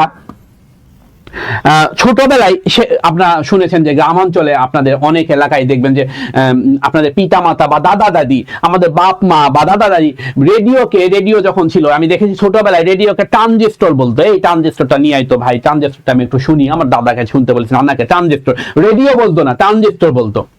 এই প্রশ্নও একবার একটা পরীক্ষা এসেছে যে রেডিওকে কেন ট্রানজিস্টর বলা হতো, রেডিওকে কেন ট্রানজিস্টর বলা হতো। আসলে রেডিওতে বলা হয় এই জন্য যে ট্রানজিস্টরে মানে রেডিওর মধ্যে সাধারণত অর্ধপরিবাহীর ব্যবহার করা হয়, আর ট্রানজিস্টরেও অর্ধপরিবাহীর ব্যবহার আছে। এই জন্য ওই মিল রেখে রেডিওকে সরাসরি ট্রানজিস্টর মানুষ বলতো, রেডিওকে আলাদা নাম ছিল ট্রানজিস্টর। এই প্রশ্ন এই ধরনের একটা প্রশ্ন ছিল। তো আমরা যদি মনে রাখি, এরকম যদি মনে রাখি এই কথাটা, দেখি তো আজকে আমার সাথে মনে রাখবেন রেডিও, আর একটা হলো টিভি, টিভি না টিভি লেখছি, এই রেডিও টিভি, এইটা নিয়ে আমরা কিছু প্রশ্নের উত্তর দিব। আজকের টেকনিক হচ্ছে রেডিও টিভি, রেডিও টিভি আজকের টেকনিক রেডিও টিভি। আমি টেকনিকগুলো মনে রাখবো, আজকের পর থেকে ভুলবেন না। অসিলেটর কাকে বলে আজকের পর থেকে ভুলবেন না। রেকটিফায়ার কি কাকে বলে আজকের পর থেকে ভুলবেন না আশা করি। যে ট্রানজিস্টর কি হিসেবে ব্যবহার হচ্ছে আজকের পর থেকে ভুলবেন না। যে ডায়োড কি হিসেবে ব্যবহার হচ্ছে, এই বিষয়গুলো আশা করি আজকের পর থেকে কোনো কনফিউশনে যাবে না। আমি একটু বলি, আর্তে মনে রাখবো রেকটিফায়ার, রেডিও আর্তে রেকটিফায়ার। এতে মনে রাখবো এসি কারেন্ট, ডিতে মনে রাখবো ডিসি কারেন্ট, ডিসি, এসি আর ডিসি। তাহলে রেকটিফায়ার কাকে বলে? এসি কে ডিসি করে যে তাকে রেকটিফায়ার বলে। হ্যাঁ Sweety radio TV, thank you, আমার সাথেই থাকুন। হ্যাঁ আপনাকে পড়াই তো মজা পাই। হ্যাঁ সামনে পূজায় আপনার দাওয়াত থাকবে, আপনার ধন্যবাদ। হ্যাঁ রেকটিফায়ার কি কাজ করছে? এসি কে ডিসি করছে। আজকে থেকে মনে রাখবো এসি কে ডিসি করে যে রেকটিফায়ার বলে তাকে। রেকটিফায়ার কি করছে? এসি কে ডিসি করে যে রেকটিফায়ার বলে তাকে। এসি কে ডিসি করে যে রেকটিফায়ার বলে তাকে। আচ্ছা, এবার অসিলেটর কাকে বলে? অসিলেটর উল্টা দিক দিয়ে আসেন। অসিলেটর ডিসি কে এসি করে যে অসিলেটর বলে, তাহলে ডিসি কে এসি করে যে অসিলেটর বলে, তাহলে আজকে থেকে রেডিও টিভি, আজকে থেকে ট্রানজিস্টর, অর্ধপরিবাহী নিয়ে পড়বো। রেডিও টিভি আজকে কি রেকটিফায়ার কি করছে? এসি কে ডিসি করছে। ওতে কি অসিলেটর ডিসি কে এসি করছে। আজকে থেকে যে কোনো প্রশ্নের আনসার দিব যে রেকটিফায়ার কি করে, কাকে বলে, অসিলেটর কি করে বা কাকে বলে। ওতে মনে রাখবো অসিলেটর কি করছে? ডিসি কে এসি করছে, এদিক থেকে এদিকে। আর আরতে মনে রাখবো রেকটিফায়ার কি করছে? এসি কে ডিসি করছে। আশা করি এই যে মাঝামাঝি যে কনফিউশনটা আজকের পর থেকে ভুল হবে না। এরপরে আসেন আরো কিছু প্রশ্নের উত্তর এখান থেকে দিতে পারি, দেখি কিনা। আবার বলি রেডিও টিভি, রেডিও টিভি। আচ্ছা, এই যে রেকটিফায়ার ডায়োড হিসেবে ব্যবহার হয়। রেকটিফায়ার আর ডায়োড, অর্থাৎ রেকটিকে এসি কে ডিসি করছে রেকটিফায়ার, হ্যাঁ পাচ্ছেন। তারপর দেখেন যে রেকটিফায়ার, এই ধরনের প্রশ্ন প্রায় আসে। রেকটিফায়ার কি হিসেবে ব্যবহার হয়?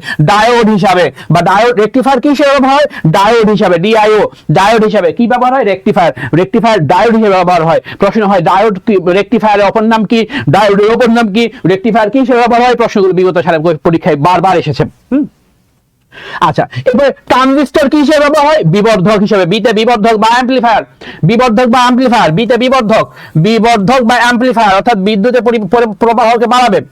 হ্যাঁ, অ্যাম্পলিফায়ার, অ্যাম্পলিফায়ার।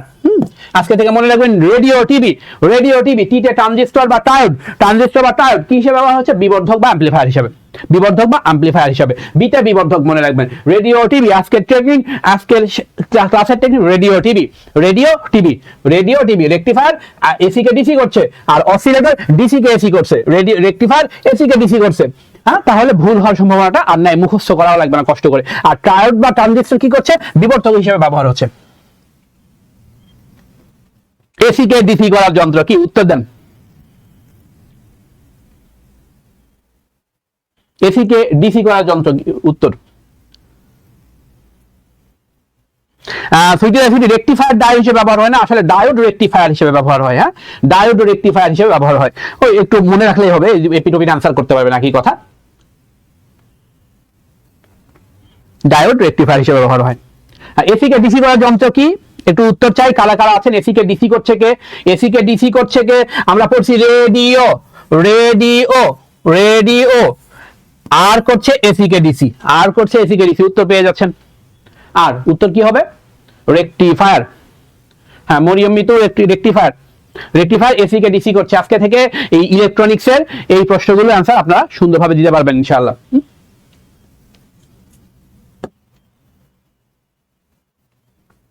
ডায়োড সবচেয়ে বেশি ব্যবহৃত হয় কি হিসাবে? Capacitor, transformer, register, rectifier. উত্তর করেন। কারি ফেরদাউস আহমদ চৌধুরী, থ্যাংক ইউ। আগেরটা উত্তর দিয়েছেন মনে হয়। হ্যাঁ, সাথে থাকুন, আপনার কেরাত শুনবো, শোনাই দিন এক সময়। মরিয়মিত ঘ রেকটিফায়ার হিসাবে আমরা একটু আগে শিখেছি, একটু আগে শিখেছি রেডিও, রেডিও একটু আগে শিখেছি রেডিও, রেডিও। আরে ভাই, পড়া ভুলবো, পড়া আমাকে ভুলবে না। রেডিও রেকটিফায়ার, এই যে রেকটিফায়ার ডিআইও, ডায়োড হিসাবে, অর্থাৎ ডায়োড রেকটিফায়ার হিসেবে ব্যবহার হয়। রেকটিফায়ার অপর নাম ডায়োড। এভাবে মনে রাখতে পারেন, যেভাবে পারেন মনে রাখতে হবে। রেকটিফায়ার একটু আগে পড়েছি। উত্তর চলে আসছে সুইটি ঘ, নিগার সুলতানা ঘ। তাহলে আজকে আমাদের বেসিক জিনিসটা নিয়ে যাব ক্লাস থেকে, radio TV, radio TV, radio TV. হ্যাঁ, কারি ফেরদৌস আহমদ চৌধুরী, ইনশাআল্লাহ, ইনশাআল্লাহ। ডায়োড সবচেয়ে বেশি ব্যবহার হয় radio TV, radio TV, radio TV আমরা একটু আগে পড়েছি রেডিও টিভি। হ্যাঁ, rectifier.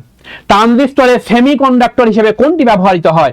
Arsenic, silicon, tungsten, manganese. একটু আগে বলেছি, উত্তর করবেন। অর্ধপরিবাহী সিলিকন, অর্ধপরিবাহী সিলিকন। উত্তর চলে আসছে সিলিকন। আমি একটু আগে বলেছি যে সিলিকনটা সবচেয়ে বেশি ব্যবহার হয় অর্ধপরিবাহী হিসাবে ইলেকট্রনিক শিল্পে, ইলেকট্রনিক্স শিল্পে, অর্থাৎ অর্ধপরিবাহী যত জিনিসপত্র আছে, অর্ধপরিবাহী যত জায়গায় ব্যবহার হয় সেগুলাতে সবগুলাতেই সিলিকনের ব্যবহার হয়। সিলিকন না থাকলে উত্তর কি হবে একটু বলেন তো? সিলিকন না থাকলে সেকেন্ড পজিশনে কে আছে? ট্রানজিস্টরে সিলিকন না থাকলে, ট্রানজিস্টরে সিলিকন না থাকলে, সিলিকন না থাকলে সেকেন্ড পজিশনে কে আছে? যতে কি? উত্তর করেন। সিলিকন না থাকলে ট্রানজিস্টরে কে থাকবে? ট্রানজিস্টরের মূল উপাদান কি? ট্রানজিস্টর শিল্পে বা অর্ধপরিবাহী শিল্পে ট্রানজিস্টর ব্যবহারে সবচেয়ে বেশি ব্যবহার হচ্ছে সতে সিলিকন। আর সিলিকনের পরে অবস্থানে কে আছে? যদি সিলিকন না থাকে উত্তর করবেন কি? নিগার সুলতানা সিলিকন। হ্যাঁ, একটু বলেন তো সিলিকন না থাকলে কি উত্তর হবে? একটু আগে আমি বলেছি না, টাংস্টেন না, টাংস্টেন না, এটা তো ওই যে ইয়ের মধ্যে থাকে, আপনার হচ্ছে গরম করার জন্য ইলেকট্রিক হিটার, হ্যাঁ, নাইক্রোম, তারপরে হচ্ছে বৈদ্যুতিক বাল্বে টাংস্টেনটা থাকে। একটু অ্যান্সার করার চেষ্টা করেন। আমি এখানে উত্তরটা নাই। যদি সিলিকন না থাকে সেকেন্ড পজিশনে কে আছে? সিলিকন না থাকলে সেকেন্ড পজিশনে কে থাকে? জতে কি বলেন তো? জতে কোন অর্ধপরিবাহী? একটু বলেন, জতে কোন অর্ধপরিবাহী? একটু উত্তর চাই। জতে কোন অর্ধপরিবাহী? একজন উত্তর করেন। জার্মেনিয়াম। মরিয়মতি, থ্যাংক ইউ। জার্মেনিয়াম। তাহলে সিলিকন না পাইলে জার্মেনিয়াম উত্তর করব, সিলিকন না পাইলে জার্মেনিয়াম উত্তর করব। সেকেন্ড পজিশনে জার্মেনিয়াম। হ্যাঁ, কারি ফেরদৌস আহমেদ চৌধুরী ঘ বলেছেন। ও ঘ বলেছেন ম্যাঙ্গানিজ। না না, ম্যাঙ্গানিজ তো না, ম্যাঙ্গানিজ তো না, জার্মেনিয়াম। হ্যাঁ, একটু আগে বলেছে সিলিকনের ব্যবহার কোন শিল্পে সবচাইতে বেশি? একটু আগে বলেছি সিলিকনের ব্যবহার কোন শিল্পে সবচেয়ে বেশি। জনসংখ্যা ও পরিবার কল্যাণ কর্মকর্তা 2003-এর প্রশ্ন, শ্রম অধিদপ্তরের শ্রম কর্মকর্তা। কোন শিল্পে? ঔষধ শিল্পে, ইলেকট্রনিক শিল্পে, রং শিল্পে, কাগজ শিল্পে, কোন শিল্পে অর্ধপরিবাহী সবচেয়ে বেশি সিলিকনের ব্যবহার? একটু আগে বলেছি ইলেকট্রনিক শিল্পে। হ্যাঁ, খ ইলেকট্রনিক শিল্প। তাহলে ইলেকট্রনিক্স কোন ধরনের শিল্প? যে শিল্পে অর্ধপরিবাহীর ব্যবহার হয়। অর্ধপরিবাহীর ব্যবহার অর্থাৎ যে পরিবাহী, যে মৌলগুলো যেসব পরিবাহীর মধ্যে দিয়ে, যেসব পদার্থের মধ্যে দিয়ে বিদ্যুৎ সহজে প্রবাহিত হতে পারে না, সহজে প্রবাহিত হতে পারে না। কিছু আমরা অর্ধপরিবাহী শিখেছিলাম। মানব অঙ্গে অ্যালকোহলের গন্ধ গেলে জামা সিলে ইন্ডিয়ার পানি ঢালো। জামা সিলে মানব অঙ্গে, মানব দেহ, অঙ্গতে অঙ্গার, অ্যালকোহলতে অ্যালকোহল, গেলেতে গালিয়াম, জামাতে জার্মেনিয়াম, সিলেতে সিলিকন, ইন্ডিয়াতে ইন্ডিয়াম। এইগুলো আমরা কিছু পড়েছিলাম আগে, আর আবারও পড়বো। ক্লাসে আপনাদের সাথে দেখা হবে ইনশাআল্লাহ এগুলো সবগুলো নিয়ে, যে এগুলা হচ্ছে অর্ধপরিবাহী। আর অর্ধপরিবাহী জাত বিষয় হচ্ছে এই রেডিও, ট্রানজিস্টর, এগুলা টিভি, এগুলা সব অর্ধপরিবাহী জাত বিষয়গুলো। আর এই অর্ধপরিবাহী নিয়ে যে শিল্পটা, সেই শিল্পটার নামই হলো ইলেকট্রনিক শিল্প। যে বিদ্যাটা, সেই বিদ্যাটার নাম হলো ইলেকট্রনিক্স। হ্যাঁ, অর্ধপরিবাহী নিয়ে কাজ করে এরা। নেক্সট প্রশ্ন, সাধারণত ট্রানজিস্টরের কাজ কি? ট্রানজিস্টর বা ট্রায়োডের কাজ কি বলেন তো? একটু আগে পড়েছি radio, TV, TV, TV, radio, TV, radio, TV. উত্তর কি? চলে আসুক। ট্রানজিস্টরের কাজ কি? একমুখীকরণ, ফিল্টারিং, বিবর্ধক, স্পন্দক। উত্তর চাই। Radio, TV. টিভি থেকে কি শিখেছি? টিভি মানে কি? টিভি আমরা একটু আগে পড়েছি। টিভি, টিভি মানে কি?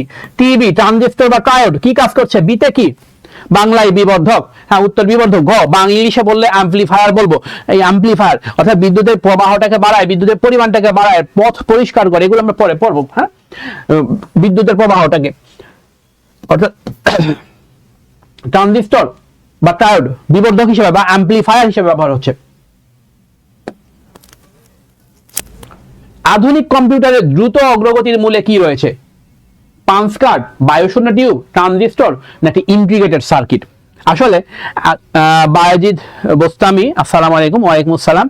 আপনি ছিলেন কোথায় এতক্ষণ? মনে হয় পরে ভিডিও দেখে নেবেন যদি না থাকেন। আচ্ছা, কম্পিউটারের দ্রুত অগ্রগতির মূলে রয়েছে, উত্তর করুন পাঞ্চ কার্ড সেই আগেকার কম্পিউটারে, বায়ুশূন্য টিউব আগেকার কম্পিউটারে, ট্রানজিস্টর নাকি ইন্টিগ্রেটেড সার্কিট, ট্রানজিস্টর নাকি আইসি? আচ্ছা, ট্রানজিস্টর নাকি আইসি, দুইটাই অর্ধপরিবাহীজাত জিনিস, ট্রানজিস্টর এবং আইসি। ট্রানজিস্টরের জন্ম আগে, আইসির জন্ম পরে। ট্রানজিস্টরের জন্ম সেই 48-এর দিকে, আর তারপরে আইসির জন্ম, অর্থাৎ আইসি। হ্যাঁ, মরিয়মিত উত্তর করেছেন আইসি বা ইন্টিগ্রেটেড সার্কিট। এখানে একটা যে বর্তনীটা থাকে, যে সার্কিটটা থাকে, সেটা মূলত সিলিকনের তৈরি, সেটা মূলত সিলিকনের তৈরি। হ্যাঁ, নেক্সট, ট্রানজিস্টর তৈরি করতে কি ব্যবহার হয়? Conductor, semiconductor, insulator, wood. হ্যাঁ, পরিবাহী, অর্ধপরিবাহী, অন্তরক বা কাঠ, কোনটা ব্যবহার হচ্ছে? একটু আগে পড়েছি ট্রানজিস্টর অর্ধপরিবাহী জাত জন্য সেমিকন্ডাক্টর ব্যবহার হয়। আমরা পারবো এটা অ্যান্সার করতে। নেক্সট কোশ্চেন, ইন্টিগ্রেটেড ইলেকট্রনিক্স বর্তনী হলো একটি কি ধরনের বর্তনী? অর্থাৎ ইন্টিগ্রেটেড সার্কিট কি? ছোট এক টুকরা, ছোট এক টুকরা সিলিকনের টুকরার উপর অতি ক্ষুদ্র বর্তনী। ছোট একটা টুকরা যেটা সিলিকনের তৈরি, সেটা একটা অতি ক্ষুদ্র একটা বর্তনী। হ্যাঁ, বেশ বড় সড়ো কথা দিয়ে বলে ফেলছে, অর্থাৎ সিলিকনের তৈরি খুব ক্ষুদ্র একটা বর্তনী, খুব ক্ষুদ্র একটা বর্তনী। বর্তনী হচ্ছে বিদ্যুৎ প্রবাহের একটা পথ, খুব ক্ষুদ্র আকারে বিদ্যুৎ প্রবাহের একটা পথ তৈরি করা, যেটা অল্প জায়গায় অনেক কাজ করা হয়েছে, যন্ত্রকে ছোট করে নিয়ে আসা হয়েছে। আধুনিক শিল্পের, ইলেকট্রনিক শিল্পের একটা বিপ্লব সাধিত হয়েছে আইসির মাধ্যমে, হ্যাঁ, ইন্টিগ্রেটেড সার্কিটের মাধ্যমে। রেকটিফায়ার হিসেবে ডায়োড কি করতে পারে? অ্যান্সার করেন, আপনারা পারেন, আপনাদের সে যোগ্যতা হয়ে গেছে। রেকটিফায়ার হিসেবে ডায়োড কি করতে পারে? আমরা জানি যে রেকটিফায়ার ডায়োড আমরা পড়ে আসছি, রেডিও, রেডিও,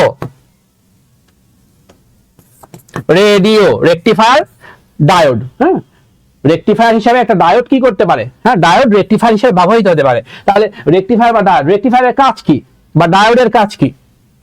রেকটিফায়ার বা ডায়োডের কাজ কি? রেকটিফায়ারের কাজ কি? এখানে চেয়েছে মূলত রেকটিফায়ারের কাজ কি। আনিশা, খাদিজা, আমিন, আনিম, আনম, খাদিজা, আনম ক বলেছে, নিগার সুলতানা ক। রেকটিফায়ার কি করছে? এসি থেকে ডিসি। হ্যাঁ, রেকটিফায়ার কি করছে? সহজ কথায় এসি। রেকটিফায়ার কি কাজ করে? এগুলো এত কিছু দরকার নেই। রেকটিফায়ার কি করতে পারে সহজ কথায়? রেকটিফায়ার কি করছে? রেকটিফায়ার হচ্ছে, রেকটিফায়ার এসি কে ডিসি করছে, এসি কে ডিসি করছে, অর্থাৎ সমপ্রবাহ, দিক পরিবর্তী প্রবাহকে সমপ্রবাহে রূপান্তর করছে, পরবর্তী প্রবাহকে অনুবর্তী প্রবাহ বা সমপ্রবাহে রূপান্তর করছে। উত্তর ক। এই তো আমরা শিখে ফেলেছি। আশা করি আপনাদের আজকে এই ইলেকট্রনিক্স জাতীয় একটু কঠিন প্রশ্নের সমাধানগুলো একটা টেকনিকে সারা জীবন মনে রাখার মতো হলো। সেই টেকনিকটা হচ্ছে রেডিও, টিভি। একটু সবাই যদি একটু স্লোগান দিতেন আমি কানে শুনে শান্তি পাইতাম, কিন্তু স্লোগানটা তো শোনার কায়দা নাই এখন। ট্রানজিস্টরের তাপমাত্রা বাড়লে কি হয়? ট্রানজিস্টরের তাপমাত্রা, এখন ট্রানজিস্টর বলতেই আমরা এখানে আসবো সহজ কথা, এটা অর্ধ পরিবাহী। ট্রানজিস্টর মাথায় নিব না, এটা কি? অর্ধ পরিবাহী, অর্ধ পরিবাহী। আমরা জানি সাধারণত যে কোন পদার্থের তাপমাত্রা বাড়লে বিদ্যুৎ প্রবাহ কমে, এটা হচ্ছে সূত্র।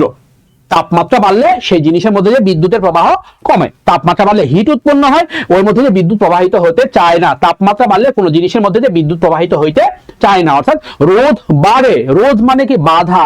রোধ মানে বাধা, রোধ হয়, অর্থাৎ তাপমাত্রা বাড়লে বিদ্যুৎ প্রবাহ রোধ হয়, বিদ্যুৎ প্রবাহ হতে চায় না। তাপমাত্রা বাড়লে রোধ বাড়ে, তাপমাত্রা বাড়লে রোধ বাড়ে। বাট এটা অর্ধ পরিবাহীর ক্ষেত্রে এই নিয়ম প্রযোজ্য নয়। অর্ধ পরিবাহীর ক্ষেত্রে এটা ব্যতিক্রম। অর্ধ পরিবাহীর ক্ষেত্রে ব্যতিক্রম। অর্ধ পরিবাহী কোনগুলো? ওই যে আবার বলি যে মানবঙ্গে অ্যালকোহলের গন্ধ গেলে জামা ছিলে ইন্ডিয়ার পানি ঢালো। লেকচার তো থাকবে, ভিডিও তো থাকবে, শুনে নেবেন, না হলে আমাদের সাথে জয়েন করবেন। আচ্ছা, তাহলে কি হচ্ছে?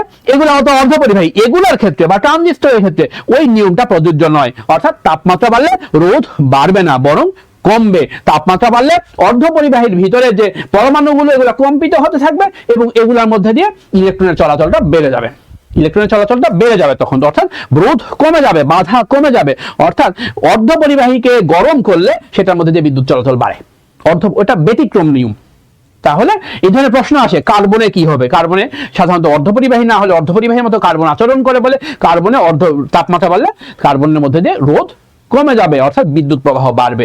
রোধ কমবে মানে বিদ্যুৎ প্রবাহ বাড়বে। ট্রানজিস্টরের মধ্যে দিয়ে, কার্বনের মধ্যে দিয়ে, আইসির মধ্যে দিয়ে, আপনি যদি বলেন এই যে সেমি অর্ধপরিবাহী যত কিছু আছে, গ্যালিয়াম, জার্মেনিয়াম, হ্যাঁ, ইন্ডিয়াম, এগুলো সবগুলোর মধ্যে দিয়ে, অর্থাৎ বিদ্যুৎ প্রবাহ বাড়বে যদি তাপমাত্রা বাড়ানো হয়। আর বাকি যত কিছু আছে, লোহা বলেন, নিকেল বলেন, কপার বলেন, রূপা যদি বলেন, এগুলোর মধ্যে দিয়ে বিদ্যুৎ প্রবাহ বাড়লে, এদের মধ্যে তাপমাত্রা বাড়ালে এদের মধ্যে বিদ্যুৎ প্রবাহ কমে যাবে। তাহলে সহজ নিয়ম, তাপমাত্রা বাড়লে বিদ্যুৎ প্রবাহ কমে যাবে, অর্থাৎ রোধ বেড়ে যাবে। তাপমাত্রা বাড়লে বিদ্যুৎ প্রবাহ কমে যাবে, রোধ বেড়ে যাবে। বাট এই নিয়মটা অর্ধ পরিবাহীর ক্ষেত্রে প্রযোজ্য নয়, অর্ধ পরিবাহীর ক্ষেত্রে ব্যতিক্রম নিয়ম। তাহলে কি হচ্ছে উত্তর? যে ট্রানজিস্টর মানে অর্ধ পরিবাহী, তাপমাত্রা বাড়লে রোধ বাড়ার কথা ছিল, কিন্তু অর্ধ পরিবাহী হওয়ার ক্ষেত্রে এই নিয়মটা মানবে না, রোধটা কমে যাবে, অর্থাৎ বিদ্যুৎ প্রবাহ বাড়বে। অর্থাৎ উত্তর হচ্ছে রোধ হ্রাস পাবে। এসি কারেন্টের বৈশিষ্ট্য, উত্তর দেন। এসি কারেন্টের বৈশিষ্ট্য, অল্টারনেটিভ কারেন্ট, দিক পরিবর্তী কারেন্ট। এসি কারেন্ট অল্টারনেটিভ, দিক পরিবর্তন করে, অর্থাৎ সময়ের সাথে দিক পরিবর্তন হবে। সময়ের সাথে দিক পরিবর্তন হবে। উত্তর পেয়ে যাচ্ছি, সময়ের সাথে দিক পরিবর্তন হবে এসি কারেন্ট। আর ব্যাটারি থেকে উৎপন্ন হবে না, ব্যাটারি থেকে আমরা তো একটু আগে পড়ছি ডিসি ব্যাটা, ডিসি ব্যাটা, ব্যাটারি ডাইনামো, ব্যাটারি ডাইনামো, এগুলাতে ডিসি কারেন্ট থাকে, এসি না, তাহলে এটা বাদ। আর এসি, ডিসি কারেন্ট একদিকে চলে ডিরেক্ট, তাহলে ডিসি না, তাহলে এসি কারেন্টের বৈশিষ্ট্য আছে, এসি মানে দিক পরিবর্তন করবে। আর বাকি তিনটা ডিসি কারেন্টের বৈশিষ্ট্য, ডিসি ব্যাটা। তাহলে আজকে থেকে আমরা বললাম ডিসি ব্যাটা পড়ছি, টিবি রেডিও পড়ছি, এনপিকেএস পড়ছি। এনপিকেএস এর ক্লোরোসিস হচ্ছে হলুদ, হচ্ছে পিতে ফসফরাস, হচ্ছে বেগুনি ফস করে ধরে পড়ছে, কেতে পটাশ, পটাশে পটপট করে পুড়ে যাচ্ছে, মৃত অঞ্চল সৃষ্টি হচ্ছে, সালফারে সোল হয়ে থাকতেছে, সালফারে সোল ছোট বাচ্চা হয়ে থাকতেছে, সোল ছোট পাতাগুলো আক্রান্ত হচ্ছে, ডাইব্যাক রোগের সৃষ্টি হচ্ছে। এগুলো আমরা বেসিক নিয়ে নিছি, 9টা 7টা থেকে এখন 10টা 6টা, 10টা আর 6টা ম্যাক্রো আর মাইক্রো এলিমেন্টগুলোর নাম শিখেছি, সাথে আরো কিছু টেকনিক শিখলাম, আশা করি মনে রাখার চেষ্টা করবেন। সাথে আরেকটা অ্যানসার দিয়ে গেছি, এ মাসেতেই দিন রাত সমান হয়, এ মাসেতেই দিন রাত সমান হয়, অর্থাৎ এ মাসেতেই দিন রাত সমান, এতে 21, মাতে মাস, সেতে সেপ্টেম্বর, 23 এই সেপ্টেম্বরের 23 তারিখ গত কয়েকদিন আগে চলে গেছে, আর 21 মাসে এই 2 দিন বছরে দিন রাত সমান হয়। আশা করি ভুলবেন না। আপনাদের সাথে থেকে কে বলেছেন? মরিয়ম মিতু গ, হ্যাঁ থ্যাংক ইউ। বাইজিদ বোস্তামি, আপনার কি কোনো পাবলিশ বই আছে? না, নাই, অচিরেই পাবেন, আপনি আমাদের সাথে থাকুন। আর পাবলিশ বই দিয়ে কি হবে, আপনি এমন ভাবে পড়বেন আপনার মাথা বা আপনার পড়া আপনাকে ভুলবে না, আপনি পড়ে ভুলে গেলে সমস্যা নেই, আমাদের সাথে থাকুন, আমরা আপনাদেরকে সেভাবে প্রস্তুত করবো ইনশাআল্লাহ।